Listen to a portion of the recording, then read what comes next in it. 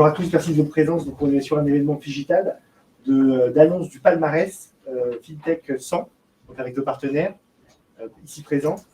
On va donc écouter le mot d'accueil de Cédric O, qui nous a fait l'honneur de nous adresser une petite vidéo d'accueil. Ensuite, on va passer à l'annonce du palmarès. Donc, Eric Ox de Stroking Falls, qui a fait l'étude, commencera par commenter la méthode. Ensuite, Bernard-Louis Roch de Truffle et moi-même, on parlera du palmarès et des résultats de l'étude. Et ensuite, on aura deux tables rondes. Une table ronde sur l'écosystème qui sera animée par Thomas Fitt, de Option Finance, qui est là, avec des fintechs qui ont bien voulu, sans connaître leur classement, venir parler de ce sujet. Et ensuite, une deuxième table ronde, les fintechs plus tech que fin, qui sera animée par Patrick Lord de Truffle. Et donc, dans cette table ronde, il y aura nos deux sponsors, BPCE et Sopra, qui seront présents, donc membres du comité de pilotage et donc partenaires de ce palmarès qui n'aurait pas pu avoir lieu si on n'avait pas eu ces sponsors. Donc, on commence par écouter Cédric O, et donc à la fois donc, sur l'élément digital en physique au Palais Bronia et en ligne, pas mal de monde en ligne aussi. Vas-y Clément, tu peux mettre Cédric O. Merci.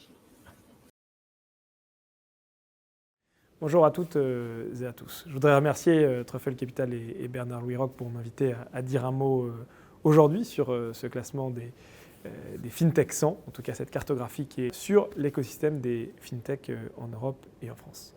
Alors, un petit mot parce que je crois que cette question des FinTech, elle est au cœur des questions de maîtrise technologique, de souveraineté numérique et de prospérité économique qui sont ceux de la période actuelle. Et je veux me réjouir d'abord que nous ayons pu voir cette explosion des FinTech en France, qui n'était pas totalement, en tout cas prévisible il y a quelques années. Je me rappelle lorsque j'étais conseiller du président à l'Élysée, donc en 2017 et 2018, j'avais eu l'occasion de discuter avec des acteurs FinTech qui me disaient que c'était difficile de lever de l'argent en tant que FinTech en France. On voit que ce n'est plus le cas. C'est un sujet qui est absolument décisif parce qu'on voit dans la compétition économique mondiale, dans également la tectonique des plaques géostratégiques, à quel point la maîtrise des flux financiers, la maîtrise des instruments et des outils financiers est absolument essentielle, avec l'importance qu'ont pris les acteurs chinois, avec l'importance qu'on connaît des acteurs américains. Et donc, si nous voulons faire en sorte qu'une partie de nos infrastructures de paiement, nos infrastructures du quotidien, soient des infrastructures européennes, nous avons besoin de stimuler notre écosystème FinTech. C'est absolument indispensable. C'est pour cela que je veux me réjouir que nous ayons aujourd'hui une petite dizaine de licornes FinTech en France, mais nous devons aller encore plus loin. Pour cela, le gouvernement, comme d'habitude, essaye de développer une politique systématique. D'abord, une politique un peu générale afin de faire grossir l'écosystème d'innovation en France. C'est vrai de la question des normes, c'est vrai de la question de l'ensemble des réformes que nous avons faites sur la fiscalité, le marché du travail, l'attractivité, la rémunération des employés. C'est vrai des annonces que nous avons faites dernièrement sur Scale Up Europe pour réussir à faire en sorte que nous fassions émerger une industrie du capital risque à tous les niveaux européennes qui puisse compléter les fonds qui sont apportés par les Américains. C'est vrai également de la volonté de faire émerger un Nasdaq européen sur le sol européen pour avoir l'ensemble de la chaîne de financement. Il y a un élément sur lequel nous devons continuer à discuter, c'est la question du marché et du cadre réglementaire, avec un travail commun avec la CPR et l'AMF, que je veux d'ailleurs saluer, pour réussir à faire en sorte que nous puissions avoir un cadre favorable à l'innovation. C'est vrai des réglementations actuelles sur les EP, sur les EC, et nous menons avec certains d'entre vous beaucoup de discussions avec la CPR et l'AMF afin de faire en sorte que le cadre soit favorable à l'innovation. C'est vrai demain d'une partie des questions essentielles qui est la question des cryptos, avec les discussions que nous avons actuellement avec l'écosystème, avec la préparation de la directive MiCA qui permettra d'avoir ce marché unifié avec les mêmes règles pour tout le monde au niveau de l'Europe parce que c'est le bon niveau. En tout cas, soyez assurés que nous allons continuer à pousser. Nous sommes en faveur de l'innovation dans tous les domaines, y compris dans le domaine financier. Nous avons besoin, ici comme ailleurs, d'innovation. Nous avons besoin de renouveler le tissu industriel financier français. Et pour cela, on compte sur vous. Bien, très bien. Bonjour. Je représente la société d'études qui a réalisé le terrain dans le cadre de ce palmarès. Je vais vous expliquer la méthodologie. Donc, d'abord, un petit mot quand même sur la spécificité de notre société d'études. On est une société d'études exclusivement B2B, c'est-à-dire qu'on interroge exclusivement des décideurs professionnels, que ce soit les responsables financiers, des responsables informatiques, marketing, sur leur transformation. Et dans le cadre de cette étude, on a été sélectionné parce qu'effectivement, on a une expérience de la discussion sur les métiers et les tendances de ces métiers. Donc, dans le secteur de la FinTech et la SurTech, on a sélectionné un échantillon de 200 sociétés qui était représentatif du secteur avec deux critères. Le premier, c'est ayant effectué une levée de fonds et le deuxième, disposant d'un chiffre d'affaires. C'était les deux critères qu'on avait sélectionnés au départ, notamment en coordination avec le comité de pilotage. Et puis, on a bien sûr interrogé ces sociétés avec un mode de collecte d'informations assez traditionnel, par téléphone et en digital. Au total, on a interrogé plus de 111 sociétés. Je crois qu'il y en a même un petit peu plus. Alors, parfois, peut-être, pour ceux qui nous écoutent, notamment en ligne ou qui sont présents aujourd'hui, peut-être que vous avez été interrogés, mais pas sélectionnés. On va expliquer pourquoi dans la méthodologie. Il fallait effectivement avoir un cœur de métier dans la FinTech ou la SurTech. Et parfois, on a décidé, notamment au niveau du comité de pilotage, de retenir que certaines sociétés et pas d'autres. Donc, la deuxième étape, ça a été effectivement de les interroger. On en a interrogé 111 sur différents paramètres, les tendances de chiffre d'affaires, la croissance, les effectifs, les enjeux, la réglementation. Tout ça, ça va vous être présenté au cours de la présentation. Et puis, dans un deuxième temps, on a utilisé aussi des sources externes parce qu'il faut bien, parfois, on n'a pas forcément eu l'information directement auprès des sociétés qu'on avait interrogées. Donc, on a utilisé assez classiquement la presse, qui est toujours une bonne source d'information, mais aussi des bases de données. On a travaillé notamment avec Finance et Innovation, avec leurs bases. Donc, sur l'ensemble de ces critères, on a établi d'abord une liste de répondants et puis après, dans un deuxième temps, le palmarès. Donc, le palmarès, il a été établi sur des critères un petit peu différents. On a sélectionné 5 critères avec le comité de pilotage et on va vous expliquer après pourquoi on a pris ces critères.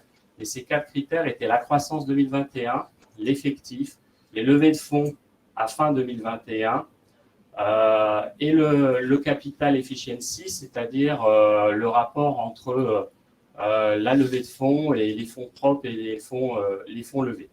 Alors, c'est des éléments qui nous permettent, avec des paramètres, on a adopté des coefficients pour chacun des paramètres, redressés par une méthode statistique, et qui nous a permis, en fait, de pouvoir classer les sociétés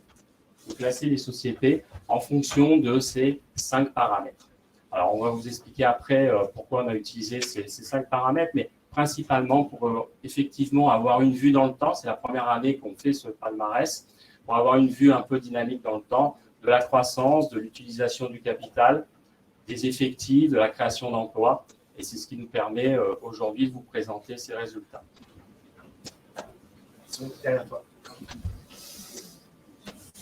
Alors, ces résultats, vous les avez donc classés par ordre hiérarchique, du premier au 100e, on ne voit pas bien, sur la base de ces 4 critères. Alors, si on regarde un petit peu la photographie de ces résultats, on remarquera que les sociétés qui ont eu des grosses levées de fonds sur notamment la dernière année, sont plutôt en tête de palmarès. Mais parce qu'on a choisi aussi de mettre en avant l'efficacité du capital, la création d'emplois, la croissance de chiffre d'affaires, on a aussi des sociétés qui avaient été financées plus anciennement et qui sont aujourd'hui assez bien classées, notamment les sociétés dans le B2B. Et on verra d'ailleurs que quand on regarde les résultats d'études, cette dimension B2B qui caractérise un petit peu aujourd'hui la photographie de la FinTech française est une particularité peut-être française, peut-être européenne. On n'a pas beaucoup d'éléments de comparaison, mais c'est un des éléments du débat. Et je pense que ce palmarès, en fait, a aujourd'hui le mérite de mettre en valeur à la fois les sociétés qui ont levé beaucoup de fonds, mais aussi les sociétés qui se sont engagées dans le passé sur la digitalisation des process dans le secteur de la FinTech et la SurTech, et qui sont aujourd'hui sans doute aussi tout autant au cœur de l'écosystème de la FinTech française. Donc, pour moi, vu de l'extérieur, c'est une photographie à la fois un petit peu large, mais très, très réaliste de ce qu'est aujourd'hui l'écosystème et qui va nous amener d'ailleurs à débattre dans les 2 tables rondes qui suivent autour d'abord des enjeux, mais aussi de ce côté un petit peu plus tech que fintech, ce débat qu'on pourrait avoir aujourd'hui dans le financement, entre ce qui s'est passé ces dernières années, donc plutôt sur la tech, et peut-être aujourd'hui, quand on regarde les très très grosses levées de fonds ces derniers mois, sur des nouveaux usages plutôt B2C. Alors, je vous laisse le regarder en détail. Voilà, Alors, il y a après un certain nombre on en a tiré un certain nombre de conclusions. Et c'est à partir de ces conclusions qu'on va pouvoir discuter un petit peu des tendances et des enjeux. Merci Eric. Merci. Merci beaucoup Eric.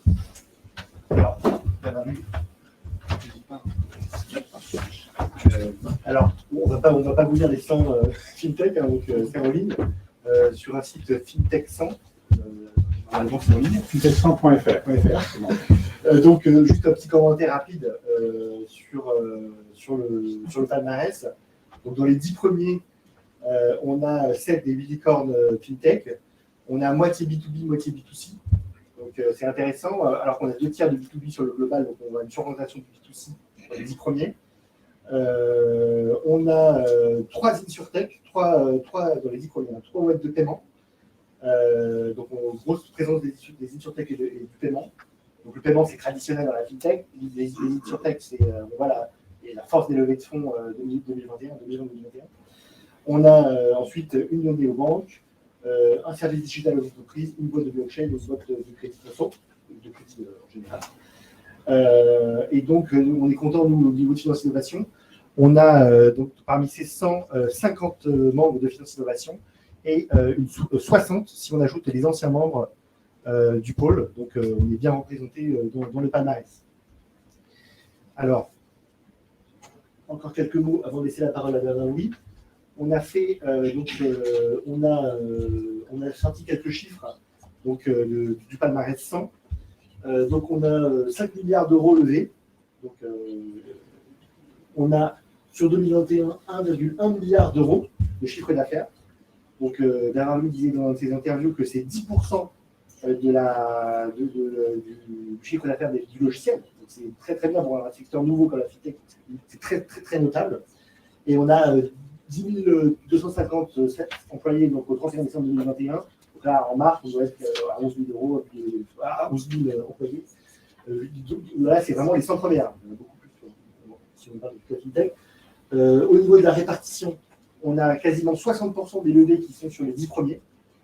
Par contre, au niveau du chiffre d'affaires et du nombre de salariés, on a 80% du chiffre d'affaires qui est réalisé par les 50 premières et quasiment 77% des effectifs par les 50 premières. Donc, c'est ce que disait Eric tout à l'heure. On voit le poids de l'histoire des éditeurs de logiciels B2B qui n'ont pas forcément fait des grosses levées de fonds, parfois n'ont pas fait de levée de fonds et qui ont un gros poids en matière de chiffre d'affaires et de création d'emplois. Dans les 10 premières, là, on a dit 7 licornes, mais on a aussi donc, 2 entreprises qui ont fait peu ou pas de levée de fonds, Lyra et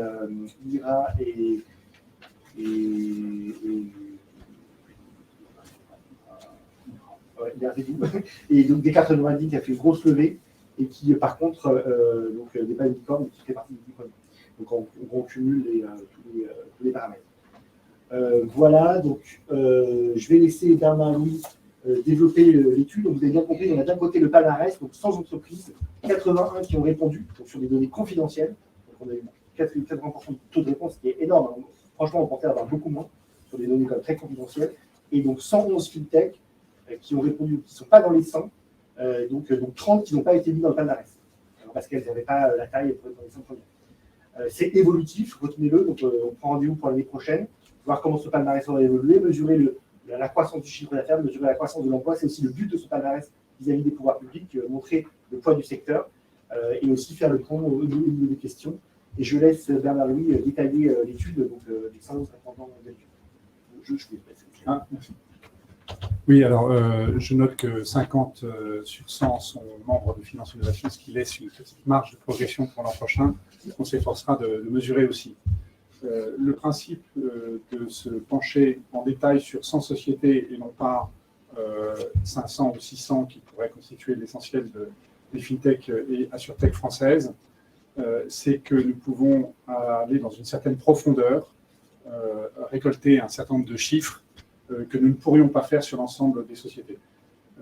On avait déjà eu cette expérience-là sur le software avec le Truffle 100 et ça permet de dégager des tendances. Ça s'inscrit dans la durée. Le palmarès cette année, celui qu'on vous a montré, qui sera probablement différent l'an prochain.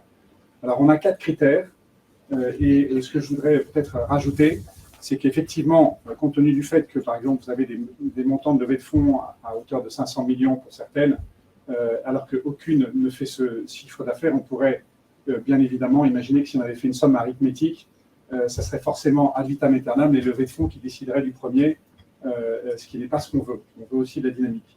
Du coup, on a ajouté un critère de capital efficiency et surtout, on a pondéré avec, je vais le préciser, avec une méthode qui s'appelle TOP6, Technique of Order of Priority for Similarity to Ideal Solution. C'est une méthode statistique bien connue qui nous permet de normaliser et ainsi, l'an prochain, on aura probablement une prime à la croissance, une prime au chiffre d'affaires qui sera encore plus importante. Donc, ce palmarès sera sans doute bouleversé. Ce que je voudrais dire en quelques mots, sans rentrer nécessairement dans tous les chiffres, c'est qu'on a d'abord indubitablement une industrie de fintech qui est dans la tech. Ce n'est pas de la finance, c'est de la tech. Il y a des chiffres imparables. Vous avez bien sûr 38% des sociétés qui considèrent que l'intelligence artificielle est leur cœur de métier. Ça nous a beaucoup surpris parce que c'est plus important que ce que l'on pensait. Vous avez aussi dans les effectifs, vous le voyez là, plus de 50% qui sont dans les emplois, dans les emplois tech. Et d'ailleurs, les investissements dans les emplois futurs sont majoritairement aussi dans la tech. On est sans aucun doute dans une industrie de la tech, mais une tech régulée. Nous avons un autre chapitre sur les régulations. Et vous voyez que là aussi, c'est assez surprenant. La plupart des sociétés, 68%, sont aujourd'hui en train de considérer ou déjà régulées par un organisme ou un autre. Et ça, c'est une spécificité de la fintech que vous ne retrouvez dans quasiment aucune autre industrie. Et c'est aussi une barrière à l'entrée qui favorise, à mon sens, les fintech et la surtech françaises. Donc, on est dans la tech, mais on est aussi une industrie qui est déjà performante. On a beaucoup parlé en 2021 des levées de fonds, donc 5 milliards de levées au total, mais 2,5 milliards sur l'année 2021. C'est absolument conséquent. On montre bien une croissance exponentielle et ça pourrait laisser penser que c'est une industrie qui est en train de se construire, mais qui n'a pas encore de chiffre d'affaires. Or, ce n'est pas le cas, parce qu'on a déjà 1,1 milliard d'euros de chiffre d'affaires. 1,1 milliard, c'est un chiffre qui est à la fois important et encore en devenir.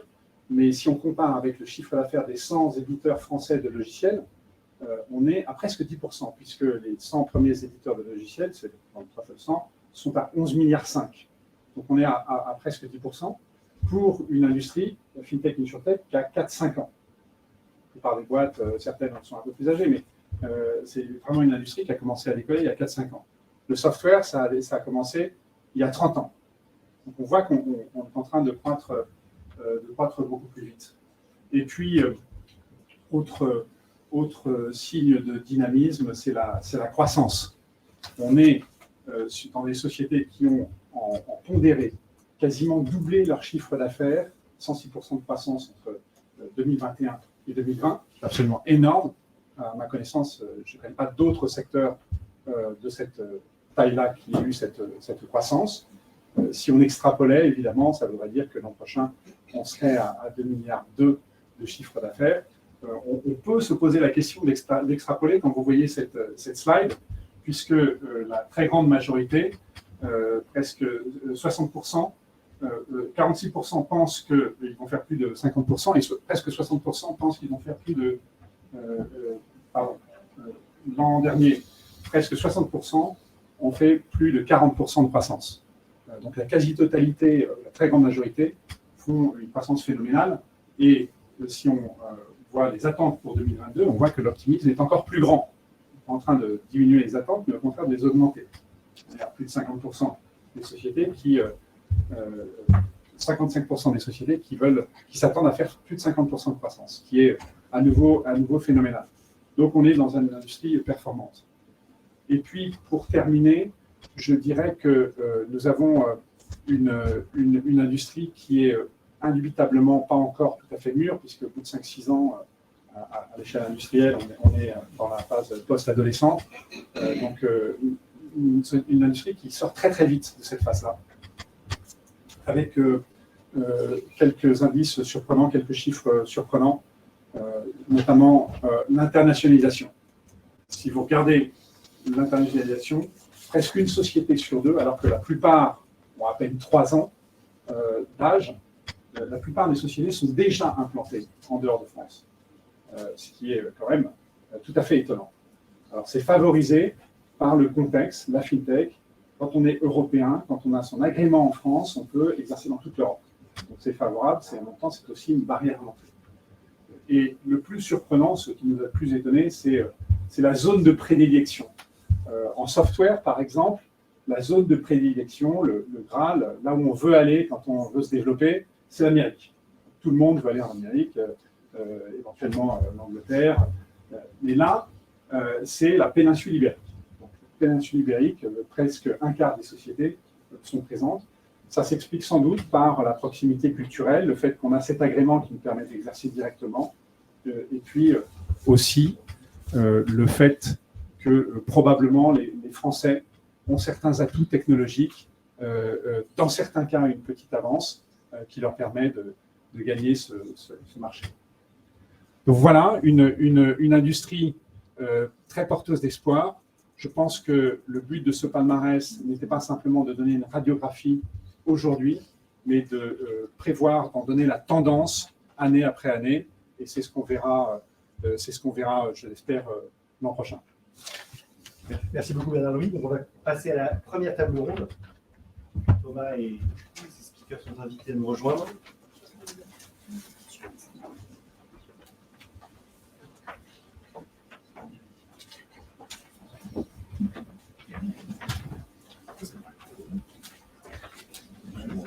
Ça va être réussi, puis je vais vous laisser.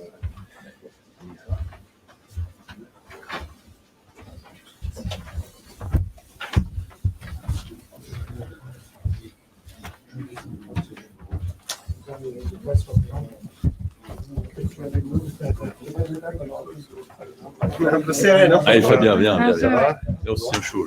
Je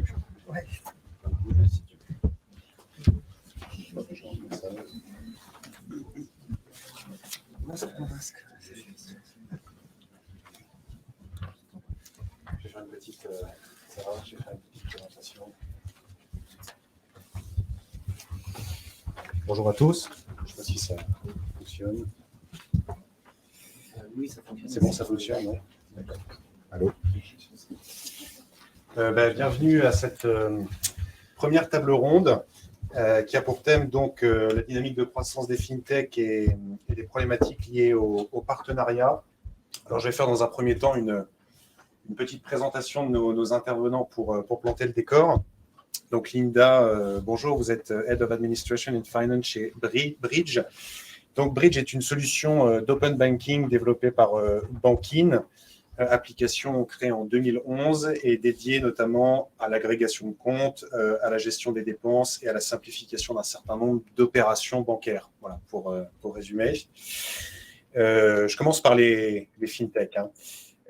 Christophe, bonjour. Vous êtes cofondateur et CEO de MoneyTrack, plateforme de paiement digital sécurisée, paiement dirigé auprès de prestataires authentifiés, je précise.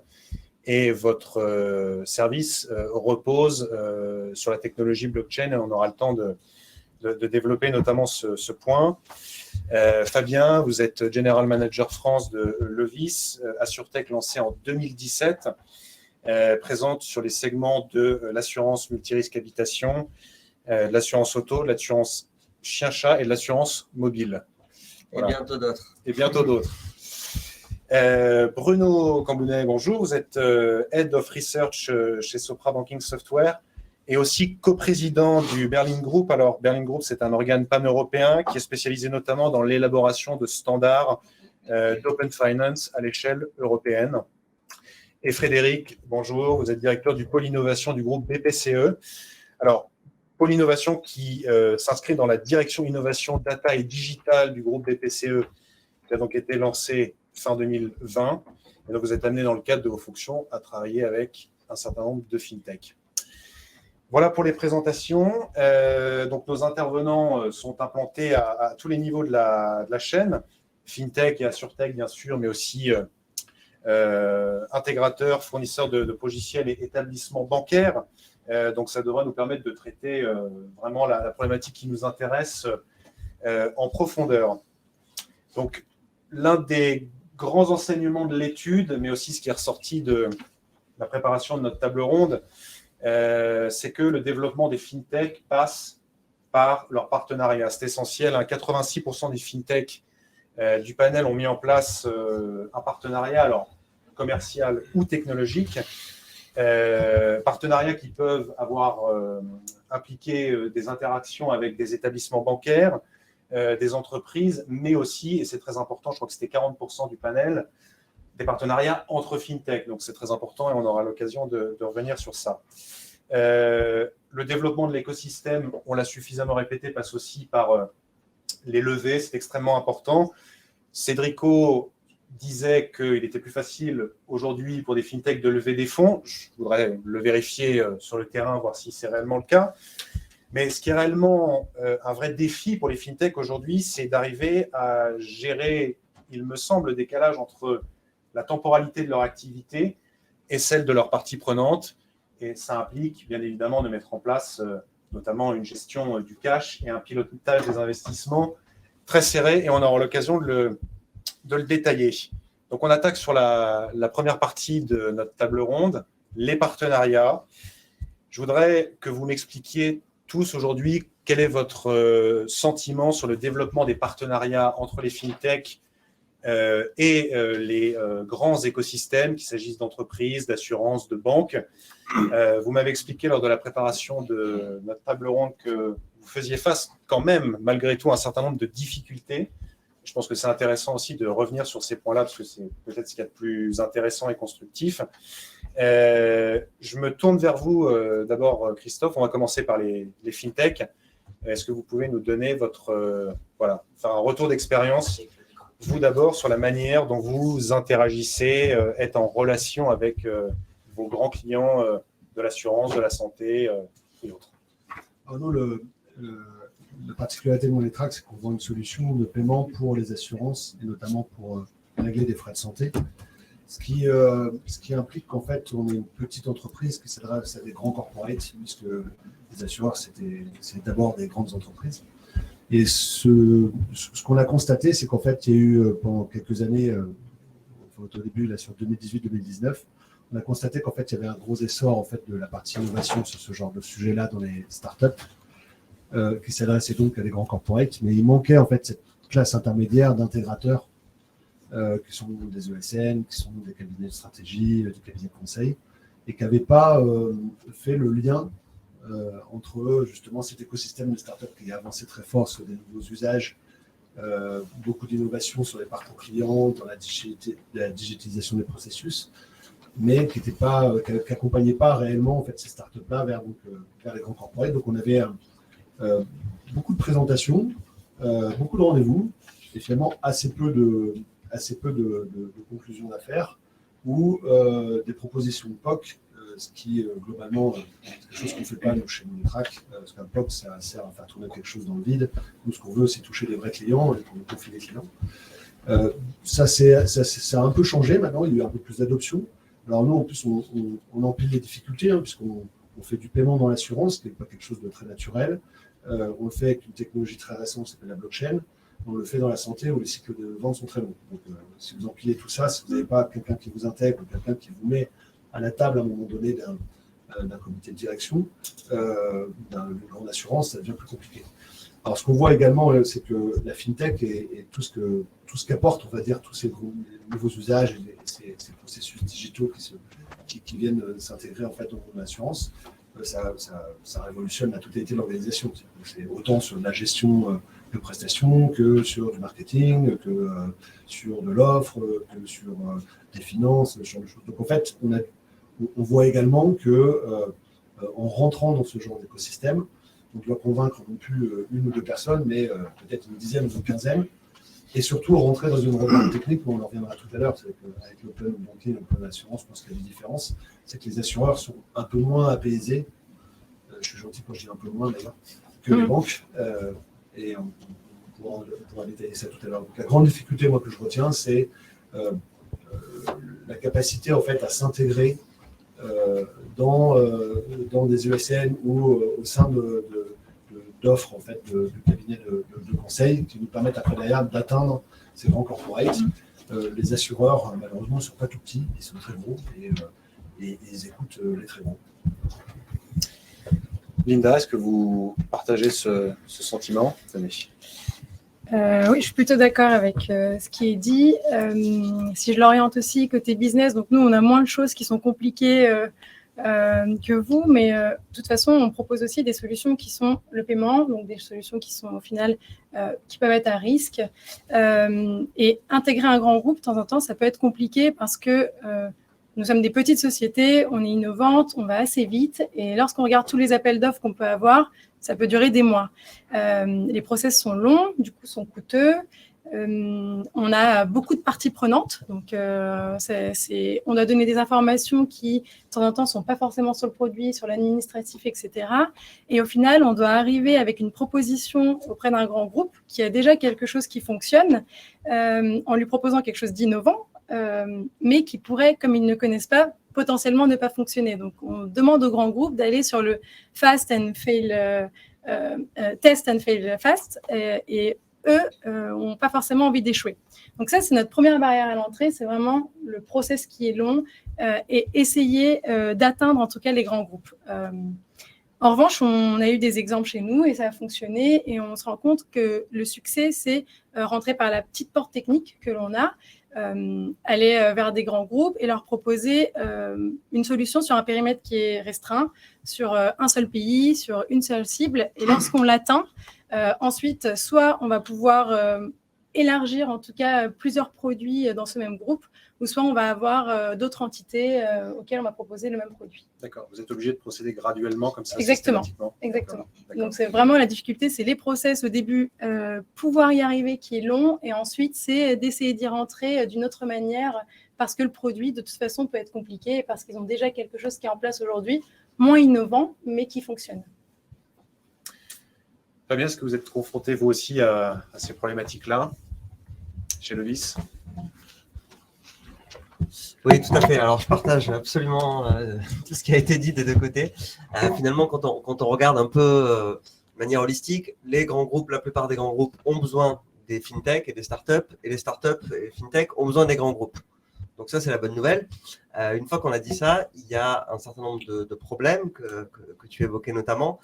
Et un des freins à cette collaboration, de mon point de vue, de mon expérience, c'est la temporalité qui peut être très différente, parce que les cycles sont très différents, évidemment, entre les fintechs qui sont des petites structures très agiles, qui ont tendance à se remettre en question, à upgrader leurs produits, leurs services très rapidement, et les grands groupes qui sont victimes d'un mal universel qui s'appelle la comitologie. Je ne peux plus entendre ce mot tellement je l'ai entendu. Et donc, ils peuvent avoir, alors on ne va pas généraliser, il y a des grands groupes qui sont très agiles et qui veulent aller vite, mais en règle générale, la prise de décision est très longue. On veut commencer par, comme tu disais, des POC, des MPV, des petits tests par-ci, par-là. Donc on comprend qu'il peut y avoir un risque. Ça met aussi les fintechs à risque.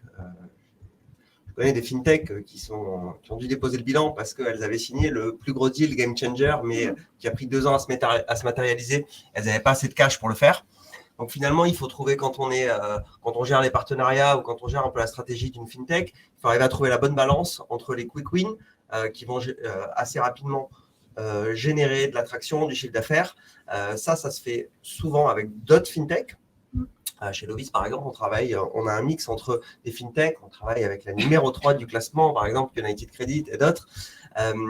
Là, ça va très très vite parce qu'on parle le même langage, on se comprend. Et donc, ça permet aussi de montrer au gros que ça marche très bien. Et en parallèle, continuer à alimenter ces gros deals qui peuvent vraiment changer totalement le PNL et l'avenir d'une fintech. Mais on peut pas totalement être dépendant de ça. Il y a ce dicton qui dit qu'on peut mourir de faim en allant à la chasse à l'éléphant. Donc, je pense qu'il faut toujours trouver un bon arbitrage entre les deux. En tout cas, c'est ce qu'on essaie de faire chez Lovis pour pouvoir avancer. Et après, finalement, c'est très simple quand il suffit d'avoir 1-2 gros groupes. On travaille avec des grandes banques, on fait les assurances de ma French Bank, par exemple, du côté bancaire, on travaille avec Carrefour. Et donc là, tout de suite, on a le tampon, on a la légitimité et c'est beaucoup plus facile de s'adresser aux autres grands groupes. Merci beaucoup. Frédéric, forcément, je vais me tourner vers vous maintenant parce que j'ai fait parler les fintechs, les petits, et je vous laisse maintenant répondre. Bon, j'ai le rôle sympa ce matin là. Bon, mais ouais, comme on dit, hein, si c'était facile, ça serait moins drôle. Donc nous, je vais vous expliquer comment on voit le truc, hein, comme ça. Voilà. Notre comment dire, raison sociale, hein, c'est pas de faire vivre les fintechs. Hein. Donc, on a des clients et nous, on regarde les fintechs pour 2 raisons. D'abord, il y a énormément d'argent qui est investi en R&D, donc beaucoup plus que chez nous. Et d'autre part, il y a plein d'innovations. Et ce qu'on essaye de faire, c'est de matcher cette innovation, cette énergie avec les besoins de nos clients. Pas prendre une fintech parce que c'est une fintech essentiellement, enfin par essence, quoi. Je vais la prendre parce qu'elle apporte quelque chose à nos clients.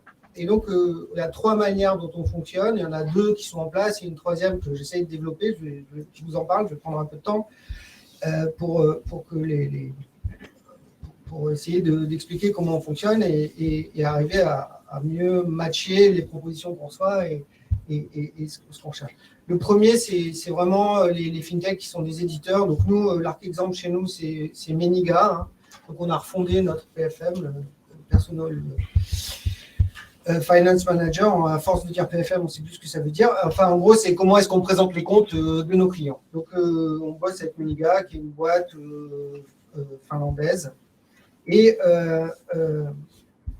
c'est vraiment pas une sinécure. Hein. On a mis 10 millions de comptes dedans. Il faut que ça marche tous les jours. On a 2 milliards de gens qui se connectent par an. On a une audience qui est équivalente à celle des plus grands médias français. Et en plus, l'exigence que les clients ont vis-à-vis de leur banque, elle est complètement différente de celle vis-à-vis d'une entreprise innovante dont ils savent qu'ils participent quelque part à la construction de quelque chose de nouveau, quoi. Et franchement, moi, j'ai pas l'impression que... Je suis d'accord sur la comitologie, d'ailleurs, c'est un mot absolument horrible. Voilà. Mais il y a un autre truc, c'est qu'il faut qu'on foute dans les mains des clients des trucs qui marchent parfaitement, quoi. Et quand on a 10 millions de clients, il y a à peu près 10 millions de cas particuliers, quoi. Donc, voilà. Donc, j'ai travaillé avant chez voyagesncf.com. Je ne me réjouis pas de ce qui est arrivé à SNCF Connect, mais moi, le fail fast, pour moi, c'est ça, quoi. Donc, j'ai besoin de faire un truc qui marche tous les jours, quoi. Et puis, j'ai un patron qui regarde le NPS, qui regarde la note dans les stores, et c'est ça qui drive le développement de notre business. Donc, vraiment, de la qualité et de la sécurité, on en a parlé un peu ce matin aussi, c'est super important. Donc, ça, c'est le premier truc. Donc, ça, c'est ce qu'on fait. Et les gens de Meniga, ils nous sont très reconnaissants d'avoir bien blindé leur logiciel maintenant, une fois qu'il est chez nous. Quand ils le revendent d'ailleurs, il tourne bien.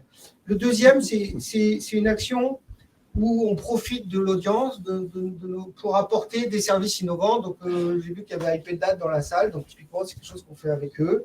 On les présente à nos clients. Les clients les prennent. Et il faut comprendre encore une fois que nous, on engage notre réputation quand on recommande un client. Donc ça, c'est quelque chose... une start-up à un client. Donc ça, c'est quelque chose... voilà, il arrive maintenant que j'ai parlé. Donc ça, c'est ce qu'on fait. Donc LPDAT, vous le retrouverez dans les palmarès. Et d'ailleurs, on est tellement comité là-dessus qu'on a dit qu'on aurait une 40aine d'entreprises comme ça avec lesquelles on va bosser. Et le dernier point sur lequel je commence à travailler, j'espère que ça va se développer, c'est qu'on voit qu'on a, dans les fintech, vous avez vu, il y a 66%, enfin 2/3 globalement, qui travaillent sur le B2B. Donc, il y a beaucoup d'entreprises qui font l'équivalent de RP, quoi, des outils pour gérer les entreprises, la paye, les finances, la compta. Et donc, nous, on sait que nos clients, notamment, qui est le cœur de cible des banques populaires, c'est-à-dire les petites entreprises, elles vont bosser avec ces boîtes. Parce que ça leur simplifie la vie, ça leur simplifie leur compta, etc. Moi, mon objectif, c'est que nos clients qui vont bosser avec ces boîtes, leur vie soit aussi facile vis-à-vis de leur banque. C'est-à-dire que je veux que quand ils bossent avec ces boîtes, ils soient contents d'être à la Banque Populaire ou à la Caisse d'épargne. Parce que moi, c'est comme ça que je vais développer du business, parce que je vais avoir des clients contents et je vais continuer à faire. Donc, voilà, donc ça, c'est comme ça qu'on voit le truc, avec les intégrer du logiciel qui vient des fintech. Le deuxième truc, c'est proposer des services de fintech qui sont dans lesquels nous, on s'engage vis-à-vis de nos clients. Et le troisième, c'est comment est-ce que, quand on est client de la Banque Populaire ou de la Caisse d'épargne, c'est facile de bosser avec une fintech et qu'on ne soit pas un problème. Donc là, je suis en train de bosser à des sujets d'API pour se connecter, pour récupérer les comptes, etc. Voilà, c'est ce que je fais. J'espère que c'était clair. Parfait. Je crois que le pivot du développement de cette relation entre fintech et grands établissements financiers, c'est l'API, l'open banking, pardon. Bruno, je me tourne vers vous maintenant. Quel est l'état aujourd'hui du développement de l'open banking et quelle est la situation pour les fintech et pour les banques? Alors, merci. J'aimerais juste dire 2 mots sur les partenariats et puis je réponds ensuite à ta question. Je pense que ce que vient de dire Frédéric est important parce que je pense que les banques, d'une manière générale, elles ont quand même évolué ces 4-5 dernières années. D'ailleurs, les chiffres du palmarès le montrent. Je vais vous dire pourquoi. Nous, en fin d'année dernière, chez Sopra, on a développé une enquête auprès d'1 millier de banques partout dans le monde.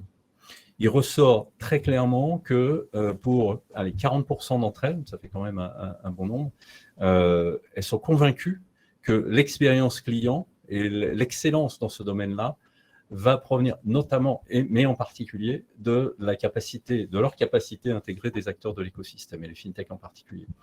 Tout ce que vient de nous raconter Frédéric, je n'ai pas compté, mais le nombre de fois qu'il nous a parlé d'expérience client, alors sous l'angle un peu négatif, le risque, mais aussi sous l'angle du NPS comme étant vraiment le critère comment dirais-je, discriminant, le démontre. Ça, c'est le premier point. L'autre point, c'est que les banques aujourd'hui, et c'était certainement pas le cas il y a quelques années, les banques aujourd'hui, dans la plupart des cas, je crois que c'est dans notre enquête, on est au-delà de 70%, se considèrent prêtes à intégrer des fintechs. Donc ça, c'est une good news pour vous. Peut-être la bad news, en tout cas le sujet sur lequel il faut travailler, c'est qu'aujourd'hui, vu des fintechs, la plupart nous disent, mais finalement, on est plutôt dans une relation client-fournisseur. Tu parlais de process long, de RFP, etc. Ou alors de process plutôt d'acquisition, mais ça, c'est relativement mineur. Je pense que et c'est une des raisons pour laquelle nous, on s'est investi sur ce palmarès, c'est que la bataille aujourd'hui, elle est sur la valeur. Elle est sur la valeur, c'est-à-dire, bien sûr, il faut traiter les sujets d'intégration, les sujets de sécurité, etc.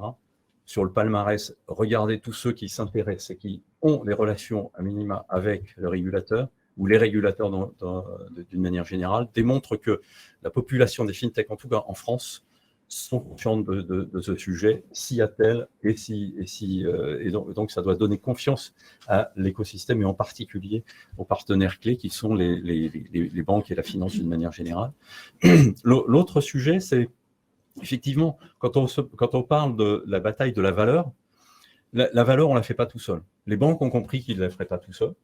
Les fintechs ont aussi compris qu'on ne la ferait pas tout seul. Regardez dans les résultats qu'on a. Premier partenariat, c'est avec les grands organismes, en particulier financiers.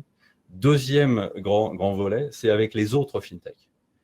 Et je pense qu'effectivement, c'est en combinant les différentes valeurs ajoutées que, in fine, on va développer une expérience client, que ce soit pour des particuliers, comme citait Frédéric, mais tu citais aussi les entreprises. Donc, pour ces deux catégories, c'est essentiel. Alors, l'open banking, pour revenir sur ta question, effectivement, moi, j'ai un point de vue un peu particulier parce que j'y suis impliqué depuis pas mal d'années et pas qu'en Europe, enfin pas qu'en Europe continentale, hein, puisque j'ai démarré en Angleterre. Je fais plus partie de l'Europe continentale, on va dire. En fait, l'open banking, la façon dont on le connaît pour les milieux informés, on va dire, c'est la révision de la directive des paiements, hein, ce qui s'appelle en français la DSP2. Bon, c'est un nom un peu barbare, pas connu de Madame Michu ni de la société Durand et compagnie, et d'ailleurs, entre nous, c'est pas grave. Je pense que la régulation a permis de pousser, enfin de mettre un cran justement supplémentaire pour permettre à des acteurs tiers, Bridge est un exemple, hein, pour qu'il y ait une connectivité, une intégration qui puisse se faire beaucoup plus naturellement et de façon réglementée, sécurisée, etc., pour effectivement pouvoir tirer parti des données personnelles de tenue de compte de compte courant, on va dire, des individus ou des entreprises. Et ça va dans le sens d'une capacité, d'une facilité d'intégration. Ça, c'est un peu derrière nous. Hein. C'était des SP2, il était imposé, enfin, il fallait passer en 2019, si vous vous souvenez. On est en 2022. On en parle encore, hein, parce que ça a été très coûteux pour l'ensemble du secteur. Je dirais qu'aujourd'hui, le challenge, il est de faire ce que beaucoup ont dit depuis 10 ans hein, sur le sujet. C'est de transformer cette imposition entre guillemets réglementaire, qui était là plutôt pour sécuriser d'ailleurs l'écosystème, en un véritable avantage compétitif. Et c'est ce sur quoi on travaille quand on parle d'open finance. Le basculement qu'on va essayer de faire et qu'on tente de faire avec un certain nombre d'acteurs, dont les banques, c'est justement d'arriver à créer, enfin à tirer parti en fait de la sécurité qu'apportent les fameuses API, ou en tout cas ce qui a été fait dans le cadre de la DSP2, pour aller vers des API dites premium, c'est-à-dire des services à valeur ajoutée, payants éventuellement, mais qui soient facilement accessibles, facilement contractualisables sur le marché. D'ailleurs, à ce titre, puisque tu poses la question, en Europe, il y a un gros travail qui est en train de se faire sur ce volet-là, de telle sorte que les standards, comme celui du Berlin Group, hein, qui est effectivement utilisé par 75% des banques en Europe, puissent être mis dans un scheme, hein, comme on parle de scheme, c'est une manière d'utiliser les API, de telle sorte à ce qu'on puisse aller au-delà du juste respect réglementaire, hein, qui est implémenté de façon diverse, de telle sorte à vraiment apporter de la valeur et de la facilité d'intégration de plug de différents services. Et l'open finance, pourquoi j'en parle au-delà de la banque, parce que ici on a Fabien donc, qui dirige l'OVIS. L'assurance, ça fait partie. Pourquoi les fintechs se regroupent? Pourquoi il y en a, je crois, 41% dans le palmarès qui ressortent. 41% des fintechs ont en priorité des partenariats avec les autres fintechs. C'est parce que c'est en combinant de la valeur ajoutée, hein, on peut parler de Bridge, on peut parler d'iPayPat, on peut parler de Lovis, on peut parler de MoneyTrack. On a besoin de combiner ces différentes valeurs ajoutées et pas simplement que les valeurs ajoutées d'une banque, entre guillemets, traditionnelle, pour apporter encore plus de valeur aux citoyens et aux entreprises. Et c'est vraiment là-dessus qu'on travaille. Et là, c'est maintenant, hein, le scheme sur mettre en place notamment des API premium au-delà de l'open banking, hein, dans l'open finance. C'est l'OCB qui porte ça, le rulebook, hein, le livre de règles, il va sortir en novembre cette année. Et l'implémentation de ces rulebooks pour aller justement pouvoir mettre en place et utiliser hein, des API de services, c'est pour 2023. C'est demain. Enfin, les choses s'accélèrent. Hein. Donc, je ne dis pas qu'on est prêt, mais il y a eu une tendance et une accélération dans ce domaine-là qui, normalement, devrait contribuer à résoudre une partie des problèmes qui sont évoqués aujourd'hui. Bon, j'étais un peu long, mais j'espère avoir répondu à la question. Merci Bruno, vous évoquiez le sujet des partenariats entre fintech. On l'a vu, 40% du panel ont mis en place ce type de partenariat. Linda, est-ce que vous pouvez revenir, vous, sur des partenariats que vous avez mis en place avec des fintechs, nous expliquer ce que ça vous a apporté, quelle valeur ajoutée vous en avez tiré, peut-être à la fois sur le plan commercial et technologique. Oui. Oui, effectivement, on a beaucoup de partenariats avec des fintechs. Je peux prendre l'exemple, par exemple, de grands partenariats avec Penny Lane, Conto, Bridge, ou bien de la même manière Payfit, Conto, Bridge. Aujourd'hui, tous les utilisateurs, par exemple, de Payfit vont pouvoir se connecter. S'ils ont une banque chez Conto, vont pouvoir faire tous les paiements des salaires en une fois de façon très simple, rapide, surtout sécurisée, il n'y a pas d'erreur, et directement par API.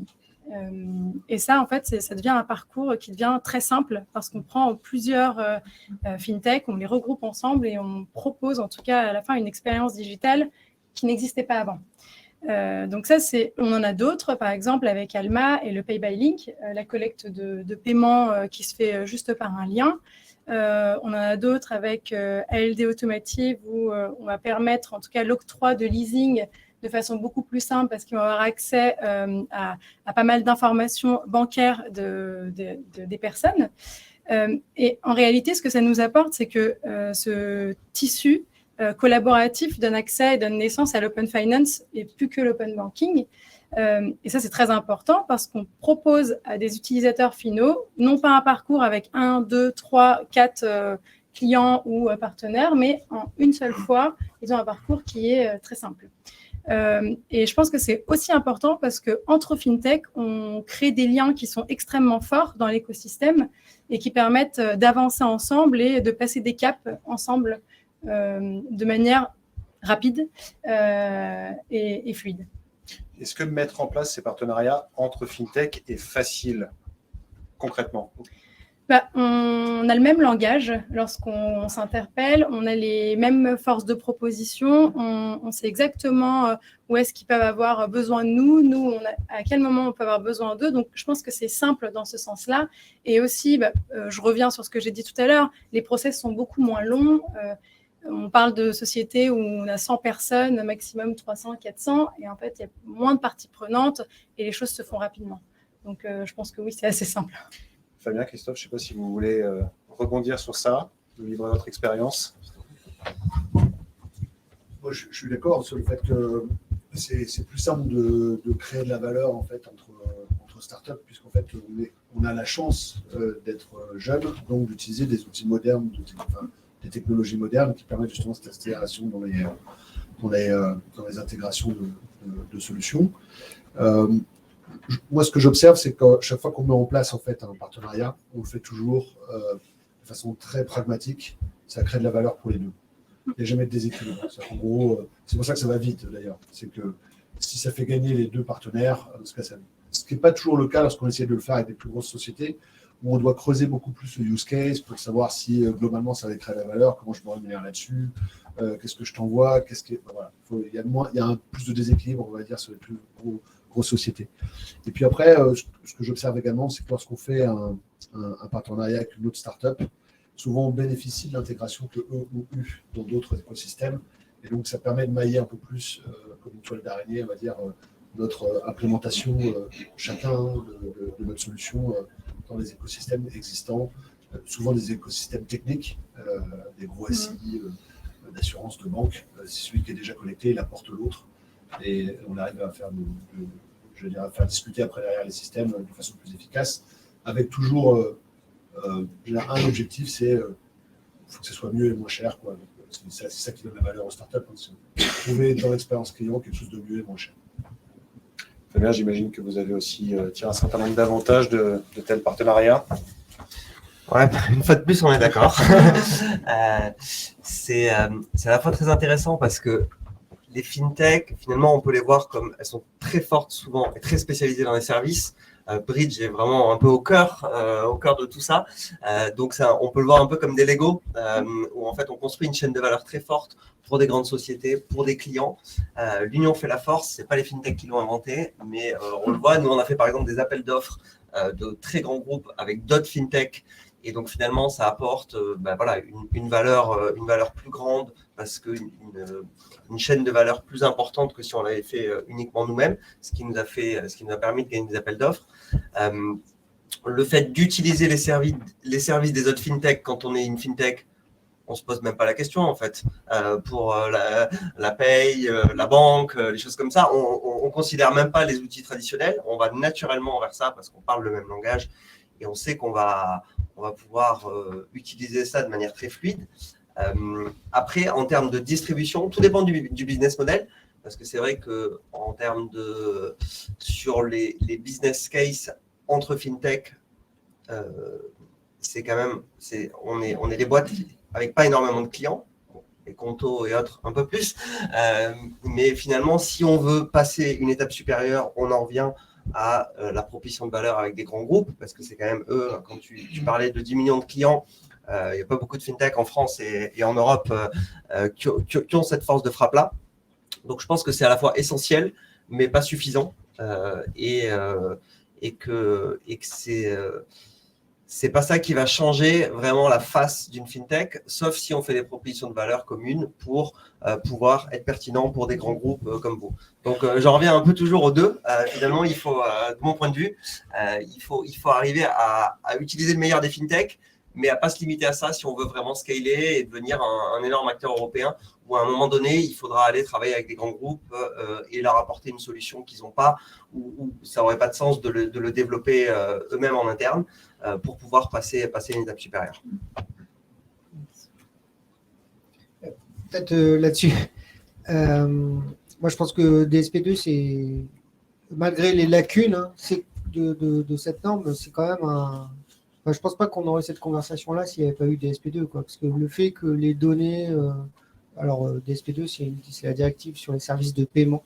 Donc, c'est bien les comptes de paiement. On n'est pas dans toute la finance, comme tu le disais, qui va arriver aussi. Mais il faut... ça fait partie, je pense, Moi, je trouvais ça vraiment mal fichu parce que c'est super compliqué d'être compliant, les règles elles changent pas mal, il n'y a pas des specs où on dit tiens je respecte tel spec et je suis compliant et tout le monde peut se connecter, quoi. Malheureusement c'est encore voilà, c'est pas comme dans mon ancienne industrie des télécoms où quand on disait quand on mettait deux équipements ils fonctionnaient, quoi, ils interfonctionnaient. Là c'est pas parce que tu es compliant que tu vas interfonctionner mais quand même, on voit que ça a permis le développement de toute la libération de ces données sur des paiements, etc. Ça a permis le développement de toutes ces boîtes. Et voilà, et je pense qu'effectivement, il faut... Et pour nous, ce qui est important là-dedans, je pense que le débat sur si on perd les données, on va disparaître, on va être désintermédié, etc. Pour moi, je pense que c'est un peu derrière. Nous, ce qui est important dans cette ouverture, c'est qu'on continue à faire nos missions vis-à-vis de nos clients qui sont, d'une part, protéger leur privacy en français, la confidentialité de leurs données, c'est-à-dire qu'on ne les donne pas à tout le monde, on les donne avec leur agrément, avec leur consentement, pardon, et on arrive à le faire, ça c'est super important. Et l'autre point, c'est celui de la sécurité, c'est-à-dire que on protège on ne se les fait pas voler et elles ne sont pas volées à tout le monde. Donc, nous, notre rôle, moi, je fais que me féliciter du fait que cette industrie se développe. C'est bien, je pense, pour la France, pour les gens qui développent des boîtes, et puis c'est plutôt excitant. Mais par ailleurs, on essaye de faire en sorte que ça se passe bien. Et c'est vrai que parfois, on dit que c'est compliqué de se connecter à nous et tout, mais j'essaie d'expliquer que nous, on a aussi des obligations vis-à-vis de nos clients à respecter. C'est celle-là qu'on met en place. Christophe, oui. Moi, je rêve d'un DSP2 dans le monde de l'assurance. L'open banking, c'était dans la douleur, beaucoup de sueur et de sang, mais ça marche. Et ça structure d'ailleurs les startups, c'est-à-dire qu'en fait, d'avoir une réglementation derrière très lourde, ça structure les startups dans leur organisation, dans le fait d'avoir des produits solides et sécurisés. Dans l'assurance, ce n'est pas une obligation. L'open assurance, ça n'existe pas. C'est une vue de l'esprit. C'est en gros, on dit que ce serait bien qu'on crée des nouveaux écosystèmes autour du produit d'assurance, des grandes compagnies d'assurance. Et en même temps, il ne faut pas leur jeter la pierre. Ils existent depuis tellement longtemps que leurs systèmes sont évidemment très complexes et très durs à ouvrir. Et comme ce n'est pas une obligation, ce n'est pas ouvert. Et se connecter à un système d'assurance, c'est une vraie tannée.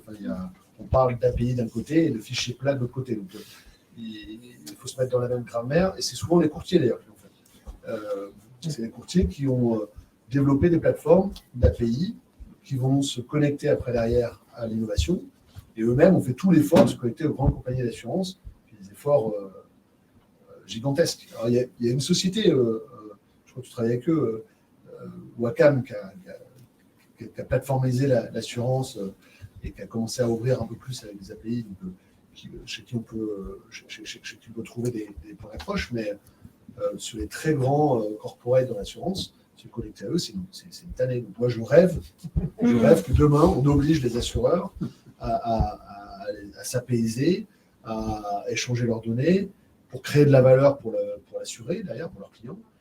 Et je pense qu'eux-mêmes aussi, ils en rêvent, puisqu'à un moment donné, comme ça, au moins, ils sont obligés d'y aller, une bonne fois pour toutes. Et dans ce métier-là, en fait, c'est pas, il n'y en a pas un qui démarre. Ils y vont tous ensemble ou ils y vont pas. Donc, ça se fera qu'avec une réglementation. Et moi, je pense que ça pourrait ouvrir à des nouveaux écosystèmes innovants qui seraient extrêmement intéressants pour les clients. Typiquement, je vous invite à regarder, si vous avez une mutuelle, les services que vous offre l'application d'une mutuelle aujourd'hui en France. Il n'y a pas de service. C'est juste, on vous a remboursé. Et ça, vous le saviez parce que vous avez un compte en banque et c'est sur votre compte en banque. Voilà. Pour une alerte. Alors qu'aujourd'hui, les services des applis des banques sont beaucoup plus outillés, avec beaucoup plus de services, beaucoup plus de features là-dedans. Et ça, c'est dû, je pense, à la DSP2. C'est une grande accélération de l'innovation. Absolument. Et finalement, alors j'étais dans l'open banking avant et maintenant dans l'InsurTech, donc je vois d'un seul prix la différence. C'est vrai que finalement, la régulation, ça pousse à l'innovation. Parce que les grands groupes sont obligés d'ouvrir, donc ils se disent bon bah on ouvre, mais qu'est-ce qu'on fait de tout ça, ce n'était pas le cas. Et finalement, on peut regarder l'assurance comme un petit peu le début des néobanques où il y avait vraiment on se regarde, un peu confrontation, oulala, il y a des nouveaux jeunes à capuche qui viennent nous prendre nos clients avec des algos auxquels on ne comprend rien. Donc un peu méfiance au début. On a vu que dans le domaine bancaire, finalement, tout ça, c'est un peu normalisé et on est plus sur de la collaboration, comment on apporte des meilleurs services. Dans l'assurance, je trouve qu'on n'y est pas encore. On a quelques années de retard parce que tous les systèmes sont fermés. Et alors, effectivement, il y a des courtiers qui essaient de se mettre au milieu et faire un peu des choses ouvertes. Mais on est plus dans une logique de confrontation, il me semble, que de collaboration très forte avec notamment les gros assureurs. Et c'est dommage parce qu'in fine, il y a moins d'innovation pour le client. Oui, alors, il y a un autre point aussi qu'on a... Il y a un autre point qu'on avait vu lors de la préparation, c'est que la banque, quand elle ouvre son système d'information pour faire plus de paiements, des paiements innovants, elle gagne quand même de l'argent là-dessus. Alors qu'un assureur qui fait plein de paiements, il va perdre de l'argent. En gros, il n'y a pas intérêt à payer. Le sujet, c'est il a intérêt à encaisser, mais pas payer. Donc, c'est sûr que si on arrive en disant on va vous donner un nouveau service qui permette de payer plus de prestations, c'est un peu plus compliqué. Et en même temps, parce qu'ils savent très bien aussi qu'à un moment donné, on ne peut pas miser le développement de son produit sur le fait qu'il ne marche pas. En même temps, ils se disent, le paiement, c'est quand même un truc qui est bien, qui nous permet à un moment donné de remettre le lien entre l'assurance et l'assuré, surtout dans la santé, puisque la santé, aujourd'hui, celui qui paye, c'est la Sécu. Donc, il y a une espèce de... L'assureur, il est caché derrière la Sécu, il ne voit pas, il n'a plus le lien avec l'assuré. Je me rappelle que quand vous faites rembourser vos frais de santé, c'est parce que vous mettez votre carte vitale dans un boîtier carte vitale et tout ça, après, derrière, déclenche un paiement. Et donc, en gros, l'assureur, il n'a pas la main là-dessus. Et donc, à un moment donné, s'il ne bouge pas, vous avez peut-être entendu parler de l'app Carte Vitale, l'application Carte Vitale qui a été expérimentée, ou la Grande Sécu, par exemple, en débat là, il y a quelques mois avec Véran. Tout ça, ça fragilise un peu le sujet des assureurs qui disent si on perd le lien aujourd'hui avec l'assuré, parce qu'on a tous siloté avec plein d'écosystèmes différents où chacun prend une petite part de la valeur, on ne va plus exister, on ne va plus être visible, donc il faut qu'on fasse quelque chose. Donc il y a quand même ça derrière, le positif, c'est qu'il y a une volonté aussi à recréer des nouveaux services, et pour ça, il va falloir qu'ils s'habillent. Mais c'est lent, parce que c'est un monde très résilient, qui monte lentement et qui descend lentement. Et je pense que si demain on avait une DSP2 de l'assurance, je pense que ça pourrait accélérer les choses, ce serait une très bonne chose pour tout l'écosystème des fintech. Je voudrais juste ajouter un point là-dessus, parce qu'il y a quand même des signes assez intéressants. La DSP2, effectivement, elle a permis d'impulser quelque chose en imposant donc plutôt par le voie de l'imposition d'une nouvelle réglementation avec des règles techniques qui ne sont pas très techniques, enfin qui sont techniques métiers, mais pas du tout techniques au sens où on entend. Ce qui est en train de se passer est un petit peu différent sur l'open finance. Et il y a une réelle ouverture du régulateur en France, mais globalement en Europe, à écouter ce qui se passe. Aujourd'hui, avec Maximilien et l'équipe Finance Innovation, on a lancé un groupe de travail sur les cas d'usage qui pourraient tirer parti de l'open finance.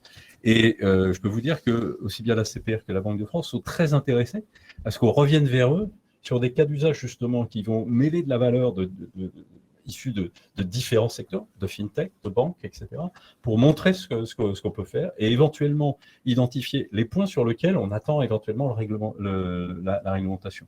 Hein. On parle de partage de données. Aux US, il faut savoir que le seul sujet qui est réglementé, on cherche à réglementer sur le sujet de l'open banking, c'est la protection des données personnelles financières. Et quand on parle de protection des données financières, c'est jusqu'où est-ce qu'on va impulser le business éventuel d'intra-broker, etc. Enfin, c'est des vrais sujets de fond dans le monde. Donc, on a cette opportunité. Je pense que l'assurance, une manière de désiloter les assurances, c'est d'intégrer l'assurance dans des chaînes de valeur qui traitent de l'assurance, mais qui traitent du paiement, qui traitent du crédit, qui traitent de plein d'autres choses. C'est ce qu'on voit d'ailleurs. Hein, ça se compose plutôt en bilatéral avec des petits consortiums. Je pense que là, enfin, moi, je le vois des discussions qu'on a dans ce groupe de travail que j'ai mentionné. Je trouve que c'est super excitant, super positif pour l'avenir. Merci à vous. Je crois qu'on est un petit peu pressé par le temps. Mais on va peut-être l'aborder au travers de questions. Merci en tout cas pour vos témoignages. Oui, on souhaitait effectivement parler aussi, on en avait discuté quand on a préparé la table ronde de l'accessibilité des fonds, de la disponibilité des fonds. Peut-être que vous avez des questions sur le sujet, n'hésitez pas à les poser. Et sinon, les questions sont ouvertes sur les sujets que nous allons traiter. Voilà. Qui se lance? Une question. C'est un métro. Tiens, prends celui-là. Je crois qu'il demande des questions. On vous a assommé. On a été très bien, je pense. GSP2, ça marche à tous les coups. Pas de questions, mais on a une question.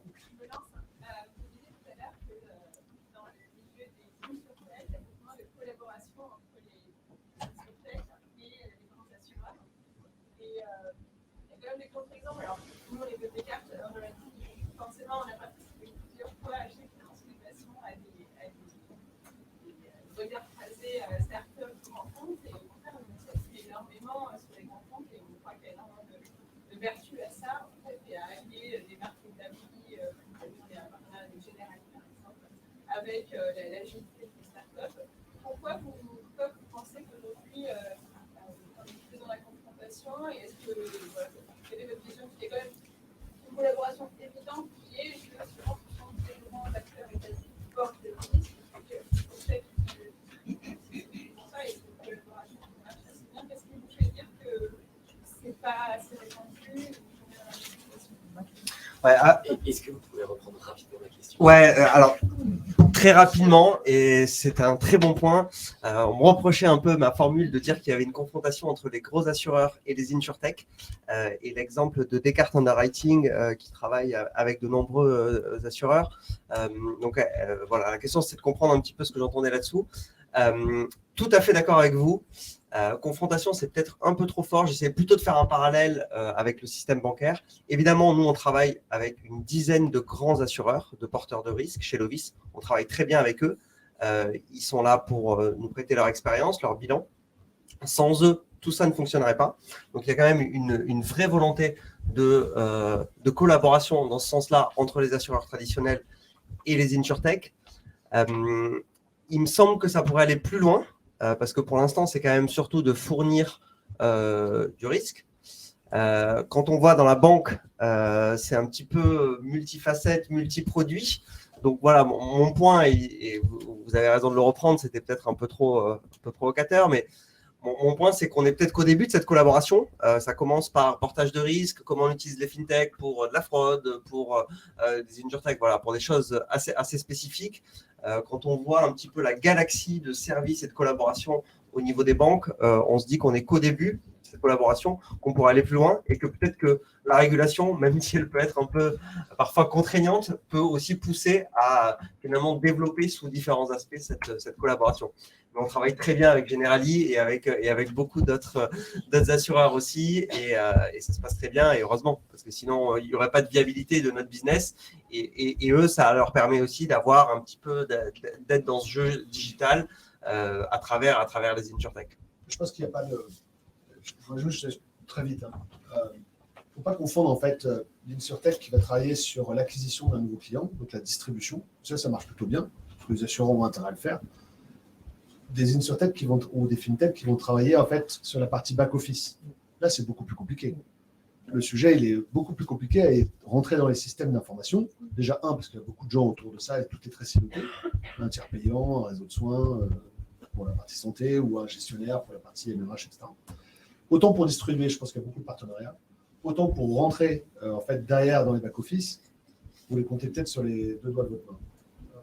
On a l'exemple, c'est Shift. On retrouve d'ailleurs dans le palmarès. Shift, il est rentré dans les back-office. Et c'est un exploit. Enfin, tout le monde rêve de ça. C'est très compliqué parce que c'est, comme on l'a dit tout à l'heure, pas apaisé. C'est des systèmes très anciens, avec des grammaires très compliquées, très normées. Et puis en plus, derrière, ça impacte tout le business de l'assurance. Alors que sur la distribution, ça impacte finalement qu'une partie, c'est le front. Et il y a eu déjà des courtiers qui avaient déjà fait un peu de travail. Et maintenant, on va un peu plus loin dans le parcours digital. L'expérience. Voilà, merci. Merci. Merci à tous. Merci.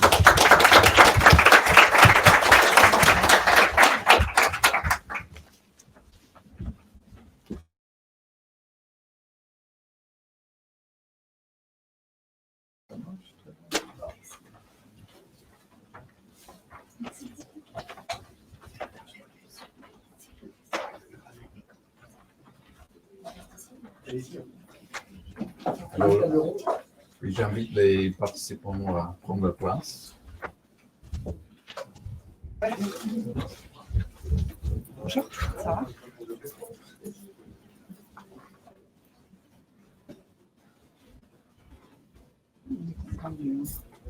On est content du résultat. C'est chouette. Bonjour. Oui, c'est vrai.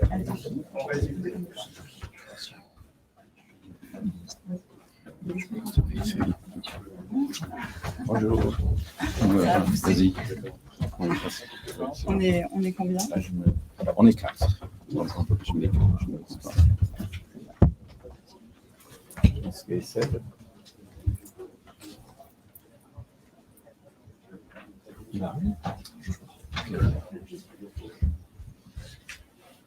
Bon, en attendant Sébastien, je vais commencer. Donc, nous savons tous les fintech qui sont des boîtes tech. Et on a vu dans l'étude qu'une grande partie, voire la majorité, ils utilisent des technologies comme de l'IA, blockchain, IoT, etc. pour aller loin au-delà de juste la simple digitalisation des processus, des produits, de l'expérience utilisateur. Et donc là, je voudrais aborder le sujet de comment eux, ils utilisent les technologies, quelles technologies ils utilisent et comment ils utilisent pour créer de la barrière à l'entrée, de l'avantage concurrentiel et une croissance durable. Donc, je propose à vous de vous présenter très brièvement en 2-3 phrases qui vous êtes et votre société, la vision et l'offre de votre société. Je commence. Merci. Merci. Moi, je suis Anne-Sophie Léniel, je suis CEO d'IPDAT. Et IPDAT, c'est quoi? C'est une suite d'outils qui a pour ambition de révolutionner la gestion financière et comptable des TPE-PME en France. Et à l'international aussi. Trop habitué. Bonjour à tous, moi je suis Violaine Rebaud de Descartes Underwriting. Et nous, on est une InsurTech qui a été créée fin 2018 et qui a vocation à proposer de nouvelles solutions d'assurance paramétrique pour les corporates basées sur les nouvelles technologies, l'imagerie satellite et les objets connectés pour les protéger contre les risques climatiques et émergents. Bonjour à tous et ravi d'être là. bonjour, donc Raphaël Rivière, je suis CEO de MoneySnap, une fintech qui a vocation à aider les diasporas qui vivent en Europe à mieux soutenir leurs familles qui sont restées vivre dans leur pays d'origine, en Afrique, en Asie et en Amérique latine.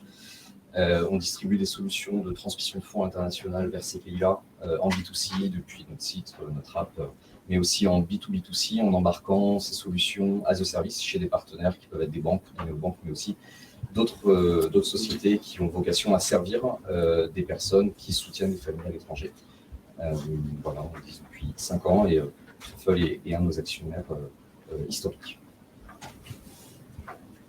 Bonjour, Nicolas Hédou. Je dirige le secteur finance, Soprasteria. C'est assez gros, ça fait 25% du chiffre d'affaires de Soprasteria. J'y suis depuis 1 an. Mais Soprasteria, c'est né avant 1970, donc je n'étais pas à la création.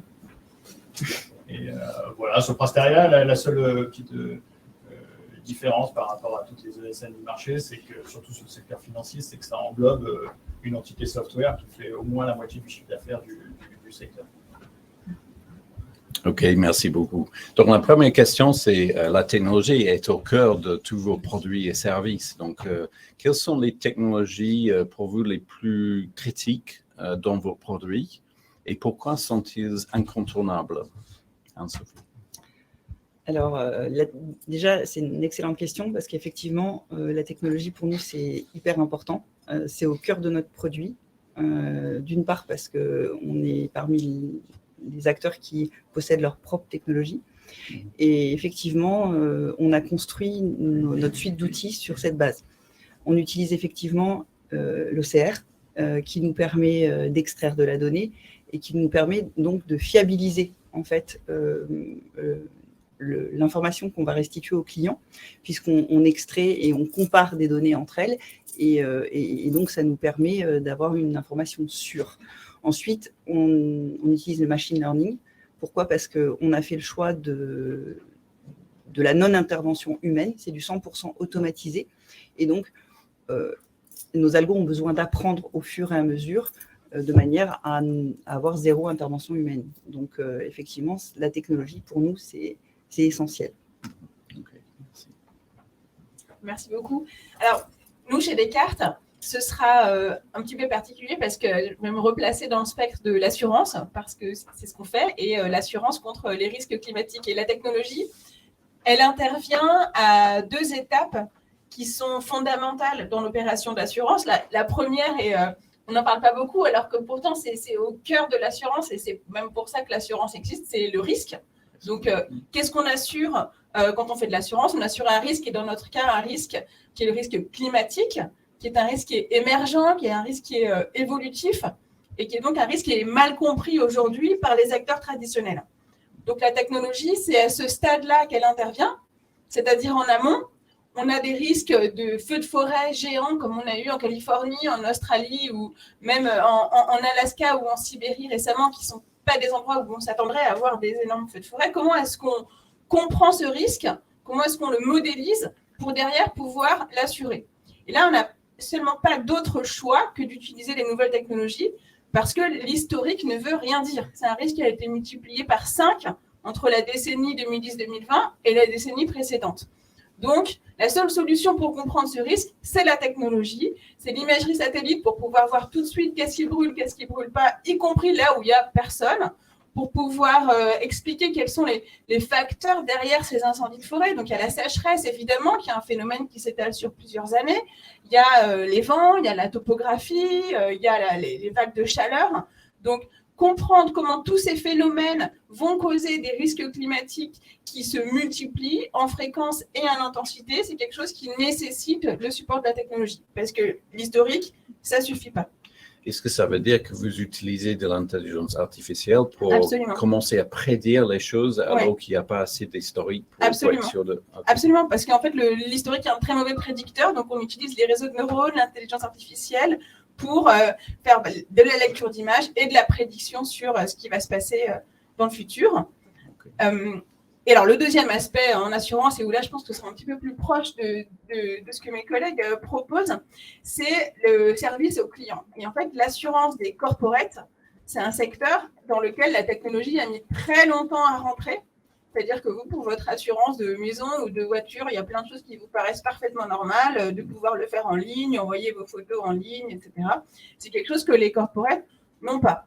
Donc, pouvoir leur faire bénéficier de la technologie avec une détection de sinistre qui se fait à distance. Si je prends l'inondation, vous avez un capteur qui mesure le niveau d'eau chez vous et puis c'est tout, ça ne va pas plus loin.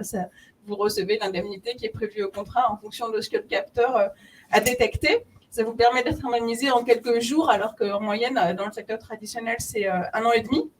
Donc la technologie, elle intervient aussi à ce niveau-là, c'est-à-dire en changeant complètement d'échelle dans l'expérience client au moment de vérité de l'assurance, qui est le moment où il y a un sinistre. Okay. Donc vraiment, l'assurance paramétrique, ça va être voilà, c'est automatique. Exactement. Okay. Exactement. Donc il y a vraiment ces deux aspects-là, la compréhension du risque en amont et l'expérience client au moment de vérité, qui est le moment du sinistre.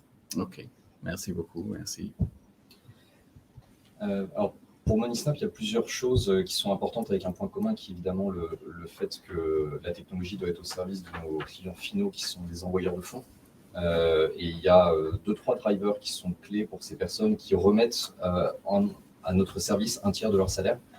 C'est évidemment la sécurité de la transmission de fonds. C'est une certaine forme de confidentialité et d'anonymat aussi. Et c'est le fait de pouvoir le faire vers n'importe quel pays et aussi par l'intermédiaire de n'importe quelle plateforme au moment où il en a besoin. Donc pour ça, on se sert de 3 grands sujets tech, en tout cas on les applique pour ces contraintes-là.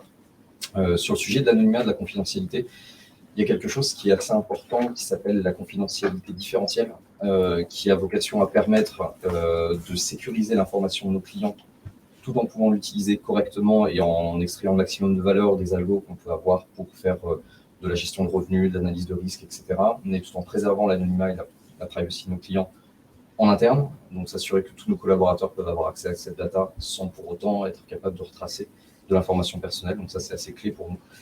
Le deuxième élément qui est clé, c'est dans un cadre, dans l'écosystème finance, on en a parlé tout à l'heure, il y a on va dire un spectre de technologie, de langage, d'absence de technologie en fonction des acteurs avec lesquels on travaille qui est très large. Et un élément qui est fondamental pour nous, c'est d'arriver à abstraire cette complexité parce que sans forcément connaître le secteur, vous imaginez bien que se câbler à une agence de retrait de fonds au Mozambique, c'est pas tout à fait la même chose que se câbler à Orange en France. Et donc abstraire cette technologie-là, cette absence de technologie, pour faire à la fois que l'envoyeur et le receveur aient l'expérience fluide, ça nécessite de maîtriser des langages qui sont peu connus, qui sont vieux, et de les muer en quelque chose de beaucoup plus accessible en 2022. Ça, c'est un deuxième élément. Et le troisième élément aussi, on est sur un secteur de transmission de fonds à l'international vers des pays émergents. C'est forcément un secteur qui peut être très sujet à la fraude. Et donc, dans ce contexte-là, on a forcément besoin de se doter de bons outils de prédiction de fraude et d'analyse du risque. Et ça passe par du machine learning sur le comportement d'utilisateurs, que ce soit sur nos sites ou sur les plateformes partenaires, pour permettre de savoir si on a une utilisation frauduleuse ou pas. Et donc ça, c'est à la fois d'analyse de l'historique, qui pour le coup est bien documenté pour nous, et du coup, on va dire de surcouche d'outils traditionnels de paiement avec des algorithmes maison alimentés en ML pour être certain qu'on ne fait pas du blanchiment d'argent sans le vouloir. Voilà, ça, c'est 3 éléments assez clés pour nous. Ok, super. Je vais essayer de prendre un angle fintech quand même, parce que sinon ça va être compliqué de parler des services de ce prestataire. Mais sur le thème, est-ce qu'il y a plus de tech que de fin? C'est ça, c'était ça la table ronde. Donc c'est clair qu'il y a plus de tech que de fin. Nous, c'est pas très compliqué. On est fast follower, donc on essaie de surveiller ce qui se dit dans les comités exécutifs, et puis on suit. Et c'est clair que depuis, il y a 10 ans, quand on discutait dans les comités exécutifs d'innovation, etc., c'était la Customer Journey et on essayait de rentrer sur les métiers, disrupter, des intermédiaires, etc. Maintenant, je peux assez facilement parler de Frédéric juste parce qu'il est parti. Maintenant, les clients qu'on a, c'est des gens comme lui. Donc, lui, il fait assez vite la relation sur son business métier. Ce qui l'intéresse, là, on va créer la conversation avec lui, c'est sur la tech. Il fera la traduction après. Et donc, dans les comités exécutifs des banques, maintenant, ça parle de tech. Donc, ça fait un peu froid dans le dos, mais c'est la vérité. Et donc, les deux sujets qui sont, si vous regardez tous les comités exécutifs, les deux sujets qui sont majeurs, après il y a d'autres sujets, etc., donc c'est le cloud, parce que en fait, c'est un frein à la technologie, parce qu'ils ne peuvent plus prendre chez eux les nouvelles technologies, ils ne peuvent plus les absorber chez eux, donc il faut qu'ils soient dans le cloud. Donc après, il y a plein de questions derrière ça. Et c'est data et AI.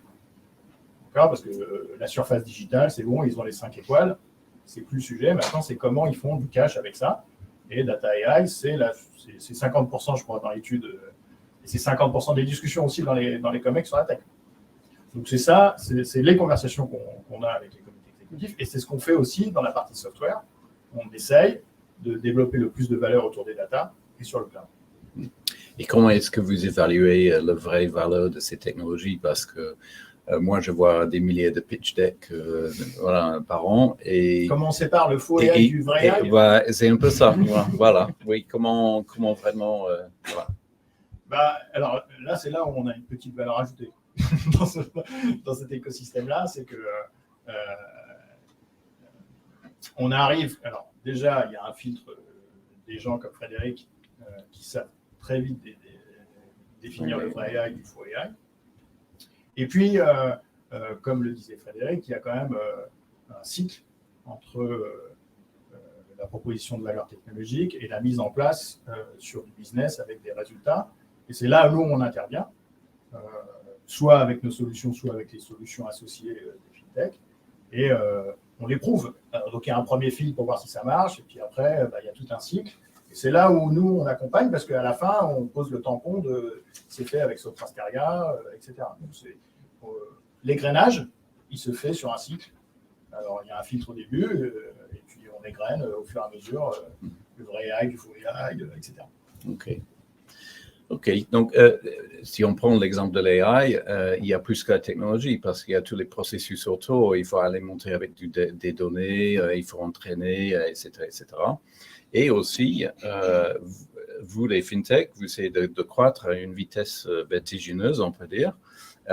Et on connaît très bien l'ancien mantra de Facebook, move fast and break things, mais vous ne pouvez pas faire parce que vous gérez de l'argent des personnes, de la confiance, il y a les régulateurs.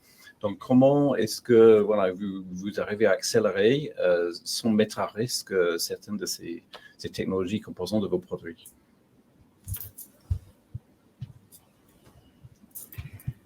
Ça, c'est une vraie question.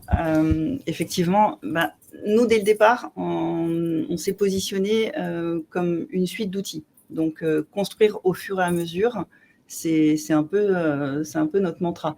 Donc, on a développé au fil du temps des process qui font qu'on sait développer des outils connectés et qui fonctionnent ensemble, donc sans casser forcément l'existant, tout en gardant à l'esprit que c'est une start-up et que, en fait, c'est plutôt nos idées et les approches qu'on cache que véritablement la techno.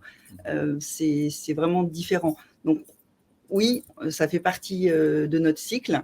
On a d'abord construit un produit qui récupérait des pièces comptables. Ensuite, pour fiabiliser cette récupération, il fallait les confronter aux écritures. Donc, on fait également de la réconciliation bancaire. Ensuite, on a voulu appliquer ça à la vente. Donc, on fait de l'édition de factures.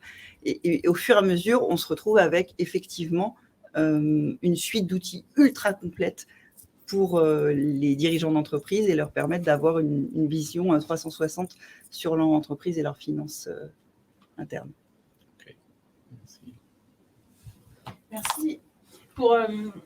Pour prendre l'angle un petit peu InsurTech de cette question, je dirais que la croissance, loin de casser des choses, et pourtant Dieu sait qu'on est un métier régulé, un métier de licence, etc., parce qu'il faut protéger les assurés, il faut que les assurés soient sûrs d'avoir leur argent au cas où il leur arrive quelque chose. Mais sur le plan tech, les risques qu'on assure, ils sont universels. Vous avez des orages de grêle aux États-Unis, puis vous en avez en Australie. Vous avez des inondations à Brisbane en ce moment, et c'était en Belgique et en Allemagne en juillet. Donc, le risque, il est universel, ce qui fait que notre croissance et notre expansion géographique, loin de casser le produit, en fait, elle le renforce.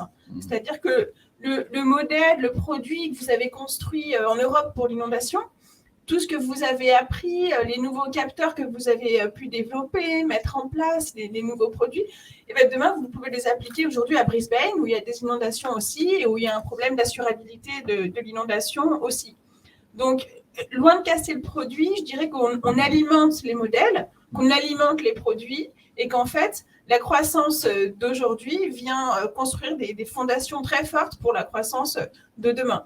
Et un aspect supplémentaire en assurance, c'est la mutualisation. Donc, en fait, on est très content quand on assure du feu de forêt en Australie, d'aller demain en assurer en Californie, parce que voilà, on mutualise le risque. Donc, c'est cet aspect d'avoir plus de données pour renforcer nos modèles, de pouvoir étendre des produits développés sur un continent, sur un autre continent, et de mutualiser les risques, qui fait que pour moi, l'ultra-croissance en assurance, elle est extrêmement vertueuse, en fait. Alors, pour ce qui nous concerne, l'international, c'est même dans l'ADN de ce qu'on fait, parce que mécaniquement, on envoie des fonds dans 150 pays. Donc, on est obligé de se poser la question de l'international très, très vite. Le frein régulatoire est évidemment important, et la réponse qu'on essaie d'y apporter, c'est une réponse de stratège, entre guillemets, avec un positionnement sur la chaîne de valeur qui dépend du pays dans lequel on travaille. On est un business d'écosystème, la finance en général, c'est un business d'écosystème. Donc, on peut toujours décomposer notre chaîne de valeur en briques plus petites et s'affranchir de travailler ou d'internaliser une partie de cette chaîne pour des questions réglementaires et de travailler avec des partenaires locaux dans un premier temps, et le temps de l'intégration verticale viendra après. Donc, on peut tout à fait travailler sur des pays dans lesquels on n'a pas d'agrément, par exemple, en s'appuyant sur des partenaires locaux qui, eux, l'ont et qui, par ailleurs, sont une très belle porte d'entrée en termes de légitimité derrière sur ce marché-là. Et une fois le marché testé, une fois les premiers POP prouvés, et une fois les premiers clients acquis, se poser la question dans un arbitrage make or buy classique de est-ce qu'on s'intègre verticalement pour finalement déployer 100% ou pas de notre solution. Et dans notre secteur spécifique du transfert d'argent, il y a une notion également de massification flux qui s'apparente aussi à la mutualisation de risque. À partir du moment où on travaille sur des échanges de devises, la massification de flux elle est très importante. Donc également, c'est aussi valable pour nous à partir du moment où on s'internationalise avec des destinations de transfert qui sont communes. On œuvre aussi à assainir aussi nos PNL et à faire en sorte qu'on s'auto-alimente aussi en termes de unit economics. Donc, c'est à la fois un challenge, mais vertueux à partir du moment où on résout de la bonne façon. Mais juste un commentaire sur ce sujet-là, parce que ça vient quand même du début, du digital, etc., ce fail fast. Okay, donc, quand tu parles de surface digitale, de customer experience, tu peux dire fail fast, parce que bon, si jamais ça bloque, c'est pas très grave. Donc, quand tu commences à rentrer dans les data, quand tu commences à rentrer dans les process, etc., je pense que c'est plus trop l'objet, quoi. Okay, donc, c'est venu du monde digital au début. Quand on était en surface, ça va. Maintenant qu'on est en profondeur, en front to back, etc., le fail fast, je pense qu'il faut un peu l'oublier, et il faut quand même parler un peu de résistance. Le vrai sujet, c'est plutôt la sustainabilité, l'explainability, etc., que le fail fast. Très bien. Mais juste pour entrer, Facebook, le mantra aujourd'hui, c'est plutôt avancer and fix everything. Et maintenant, c'est the future is private. Donc, il faut évoluer aussi avec la croissance de la société. Donc, et donc, pendant cette forte croissance dans vos entreprises, comment est-ce que vous gérez les talents technologiques? Parce que là, j'ai l'impression qu'il y a un peu la guerre pour les talents, surtout avec les grandes levées et les gros fintech qui aspirent du talent des plus petits. Qu'est-ce que vous pensez de ça? Oui, ça c'est une vraie difficulté, le recrutement. Effectivement, comme vous venez de le dire, les gros leveurs, les grosses levées aspirent beaucoup de talent, et c'est une forme de prise de marché de cette manière de recruter. On a la chance chez iPayDat déjà d'avoir dans les cofondateurs 2 talents développeurs. Donc déjà il y a un réseau, il y a une envie de travailler aussi auprès de développeurs qui sont brillants, et donc ça nous permet d'attirer des talents et de les garder. J'avoue aussi qu'au quotidien on les chouchoute, et on essaie, ils ont ils ont des projets qui les motivent puisqu'on travaille sur des sujets qui sont intéressants. Donc ça, c'est vraiment quelque chose qui fait la différence. Mais c'est clair que c'est une vraie difficulté de recruter et c'est un travail constant. Oui, je suis 100% d'accord avec ce que tu viens de dire et c'est sûr que recruter des profils tech, des DevOps, c'est vraiment la bataille aujourd'hui. Et pour ajouter donc à ce que tu as dit, je dirais que quelque chose en plus, parce que, évidemment tout le monde se base sur les conditions de travail, le salaire, est-ce qu'on peut travailler en remote ou pas, voilà. Mais au-delà de ça, ce qui drive les choix aussi, c'est le purpose de l'entreprise. C'est-à-dire que ils sont tous très très brillants et ils codent très très bien, mais en fait c'est pas vraiment ça qui va driver leur choix et c'est pas de faire de la tech pour la tech, c'est quoi le purpose de l'entreprise? Oui, c'est de croire dans le projet et ouais, de s'épanouir. Oui. Exactement, parce que c'est aussi une génération qui a une conscience sociétale, environnementale qui est extrêmement accrue par rapport à ce qu'on a pu voir même aux prémices de la tech, où faire de la tech pour la tech c'était déjà super sexy. C'est plus le cas aujourd'hui et d'avoir un vrai purpose, c'est quelque chose d'extrêmement puissant pour driver les talents tech. Alors, je suis évidemment assez d'accord avec tout ça. On constate, nous, dans notre secteur, qui a fort impact aussi vers les pays émergents, c'est un driver énorme pour le recrutement. Ce qu'on constate aussi, c'est qu'on est, surtout en fintech, on n'est pas forcément amené à travailler avec les technologies les plus cutting edge, puisque dans un contexte d'intégration avec des groupes traditionnels, on est obligé à un moment ou à un autre de se replonger dans des vieux langages ou dans des vieilles technos. Donc mécaniquement aussi, ça élague les profils qui ont envie de travailler. En fait, ça les élague pour le mieux, puisque je pense que dans des petites structures, on n'a pas forcément envie de mercenaires qui veulent travailler sur des technos cutting edge et qui vont s'ennuyer dès qu'on va repartir sur des choses un petit peu plus traditionnelles. Donc le purpose et le fait que finalement Tech for Tech, c'est un moyen et pas une finalité, c'est un élément qui est assez fondamental.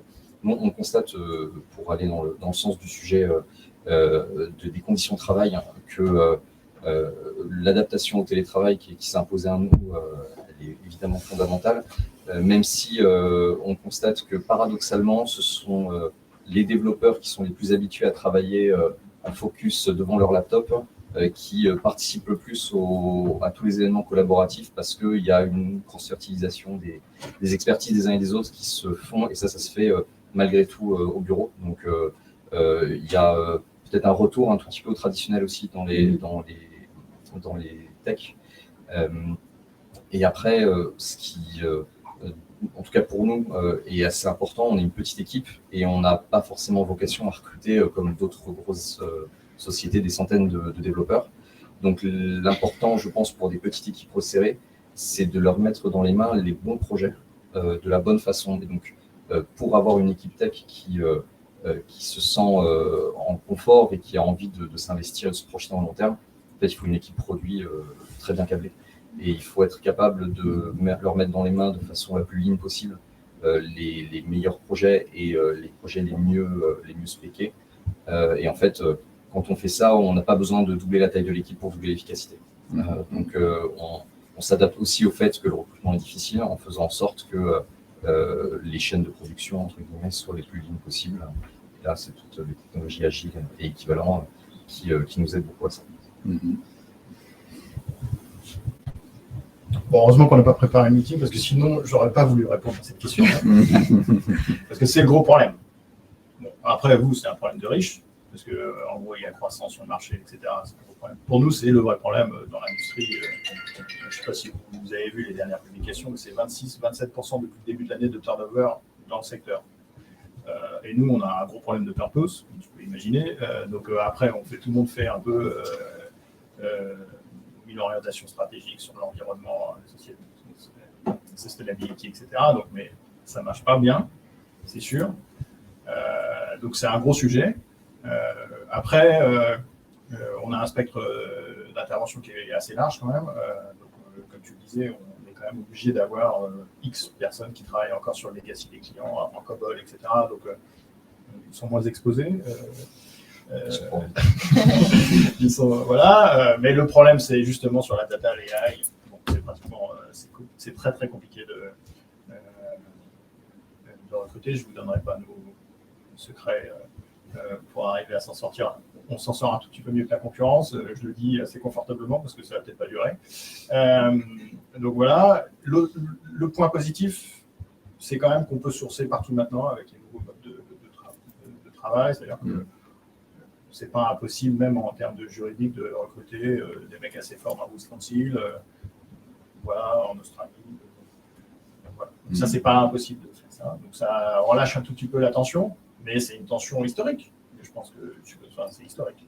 Il n'y a jamais eu autant d'argent sur la tech, il n'y a jamais eu autant d'argent, autant de gens qui en profitent, et donc c'est historique. Ok, merci. J'ai une petite dernière question à vous poser, mais avant ça, je vais ouvrir à des questions. Une question qui rejoint le sujet.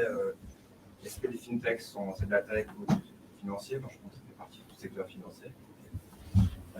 Et sur les talents, est-ce que vous voyez une aspiration des talents du monde financier vers la fintech et la surtech à Paris en Europe, on le voit aux États-Unis. Aujourd'hui, recruter des jeunes dans la banque, c'est difficile parce qu'ils veulent faire la fintech. Et je ne le vois pas à Paris. Bah, enfin, juste, moi, je le vois un peu, ouais. D'accord, notamment sur les paiements. Si tu veux, notamment dans les grandes banques sur les paiements, avec toutes les disruptions sur les paiements, tous les patrons de paiement que je côtoie, ils ont quand même beaucoup de mal à recruter, alors qu'il y a beaucoup d'investissements sur les paiements et les vrais talents sont dans les fintechs. C'est ce que je perçois. Sur les paiements, c'est assez clair. Sur le reste, j'ai peut-être un peu moins de visibilité. Moi, j'ai en conformité, évidemment. En conformité, il y a beaucoup de passerelles entre les deux. Et en fait, on va dire que le parcours classique, c'est banque traditionnelle, néobanque de la banque traditionnelle, puis fintech. Ça, on le voit dans tous ces secteurs-là. Après, j'ai envie de dire, dans le corporate development, en M&A, dans toutes ces fonctions de finance un petit peu spécifiques, on est là encore un business d'écosystème avec des rachats, des consolidations, des fusions dans tous les sens. Et donc, on peut avoir de la banque d'affaires qui vient en fintech. On peut avoir des analystes ou des managers d'équipes de corporate development qui viennent aussi en fintech parce qu'on est toujours dans des arbitrages make or buy. Donc, la question se pose toujours. Et donc là, oui, il peut y avoir Après, on va dire sur le cœur du réacteur, qu'il soit tech, marketing, produit, etc., on voit peu de transfuges de ces métiers-là. En revanche, oui, on a plutôt une compétition entre boîtes tech, plus qu'avec une industrie traditionnelle. Oui, non, c'est intéressant ce que tu dis parce que un petit peu à l'inverse, les gens qui sont dans le cœur du métier de la vente, par exemple, donc les sales, ces gens-là, même les ops, c'est souvent des gens qui viennent de l'assurance, qui connaissent le métier, des gens du métier, alors que les techs, ils ne viennent pas de l'assurance, pas particulièrement. Soit ils viennent directement de leur formation respective, soit ils viennent d'autres secteurs. Mais donc, on les pique pas aux assureurs traditionnels. Par contre, on les pique dans le sens où ils sont plus dans le vivier à partir du moment où ils sont partis dans les insurtech. C'est plutôt ça qu'on voit, nous. Nous, un peu pareil. De la même manière, on a très peu de transfuges. Enfin, d'ailleurs, on n'en a pas du tout. On n'a pas de transfuges. On est en train de s'ouvrir au paiement. Donc, évidemment, dès qu'on va devoir introduire de la compliance, des choses comme ça, il est évident que ça va être le cas. Mais effectivement, comme tu disais, sur les équipes market, sur les équipes tech, il n'y a pas de transfuge, il n'y a pas de talents qui viennent d'établissements traditionnels. Et nous, on est à cheval fintech, Contatech, qui est un peu une émanence, parce qu'il faut mettre des noms sur tout. On n'a même pas de profil comptable chez nous. Donc, on s'est fait aider, c'est-à-dire qu'on a des experts comptables externes qui viennent enrichir. On a des comités experts comptables pour venir nous aider à construire le produit, mais on n'a pas de profil expert comptable ni comptable maison, parce qu'on était à la base vraiment un produit qui avait la volonté de vulgariser la comptabilité, de l'ouvrir à l'entrepreneur, de la rendre simple. Et donc, on ne voulait pas du tout venir se polluer, entre guillemets, c'est pas du tout négatif, mais on voulait garder notre âme d'enfant, notre âme d'entrepreneur, pour pouvoir offrir une expérience plus simple. Oui, Donc, mais avec une forte réseau et connexion avec des experts comptables. Tout à fait. On s'appuie sur un réseau très fort d'experts comptables. Aujourd'hui, on a un réseau de 1800 experts comptables. On en a une centaine avec lesquels on a des relations plus resserrées. Et effectivement, on a mis en place depuis l'année dernière un comité pour construire un produit qui leur convienne également, parce que c'est l'idée, c'est de collaborer sur une plateforme commune et que ça leur convienne. Est-ce qu'on a une dernière question?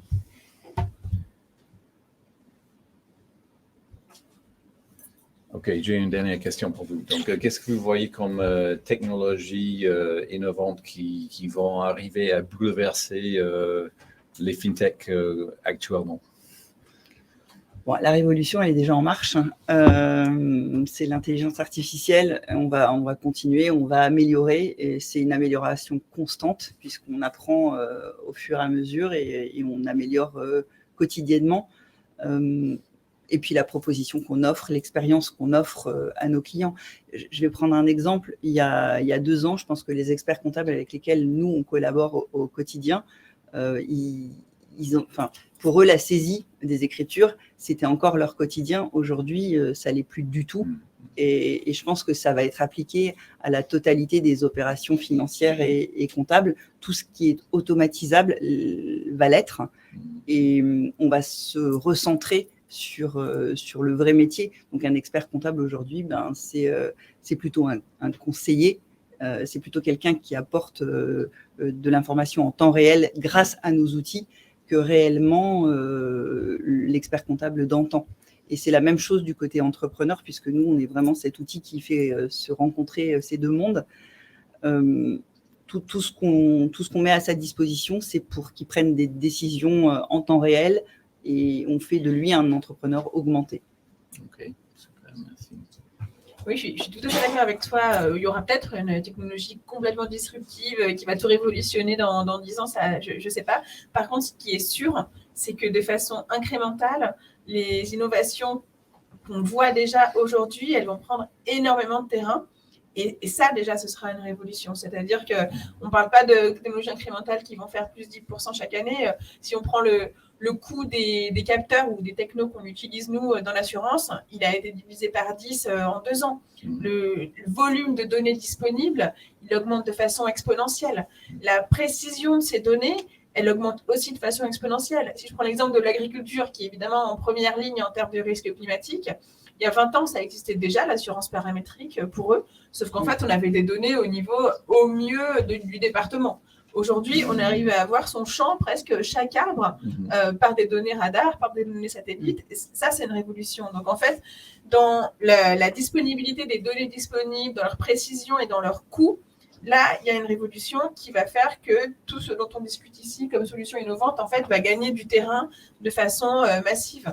Je pense que ce sera pareil pour toi aussi en termes d'applicabilité géographique et en termes de population.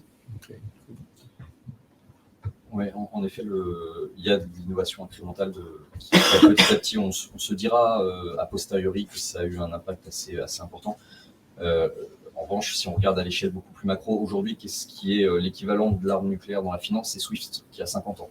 C'est pas la blockchain, c'est pas ce genre de techno. Donc, peut-être qu'on dira dans 50 ans, la blockchain a été une révolution. Aujourd'hui, je vois effectivement pas de grandes techno orthogonales par rapport à ce qui existe, qui pourraient bouleverser. En revanche, ce qui, de mon point de vue, va fondamentalement changer le paysage de la finance dans le monde, c'est le fait que dans les 15 prochaines années, il y a 2 milliards de personnes qui vont accéder aux services financiers, en Afrique, en Asie, en Amérique latine notamment. Et ça va passer par l'émergence de nouveaux acteurs providers de services financiers qui seront des leaders mondiaux, qui ne sont pas des banques traditionnelles, parce que les banques sont absentes de ces pays-là, grosso modo. En Afrique, ce sont les opérateurs télécoms qui jouent le rôle de banque, donc, et des opérateurs télécoms locaux, mais aussi des opérateurs télécoms européens. En Asie, c'est la même chose. On a plutôt l'émergence de nouveaux providers qui ne viennent pas de la finance, qui auront demain 500 millions de clients. C'est ça qui, à mon avis, va faire que on va plutôt avoir une nouvelle écurie sur la grille de départ pour les 30 prochaines années. C'est plutôt ça, à mon avis, qui va changer. Non, mais sur les AI, pour moi, c'est déjà fait.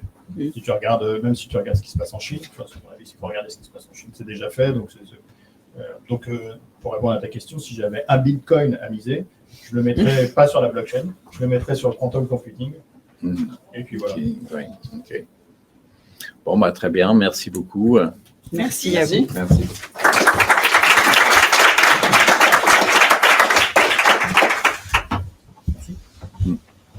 Merci. Merci. Merci beaucoup, Patrick, d'avoir tenu le timing.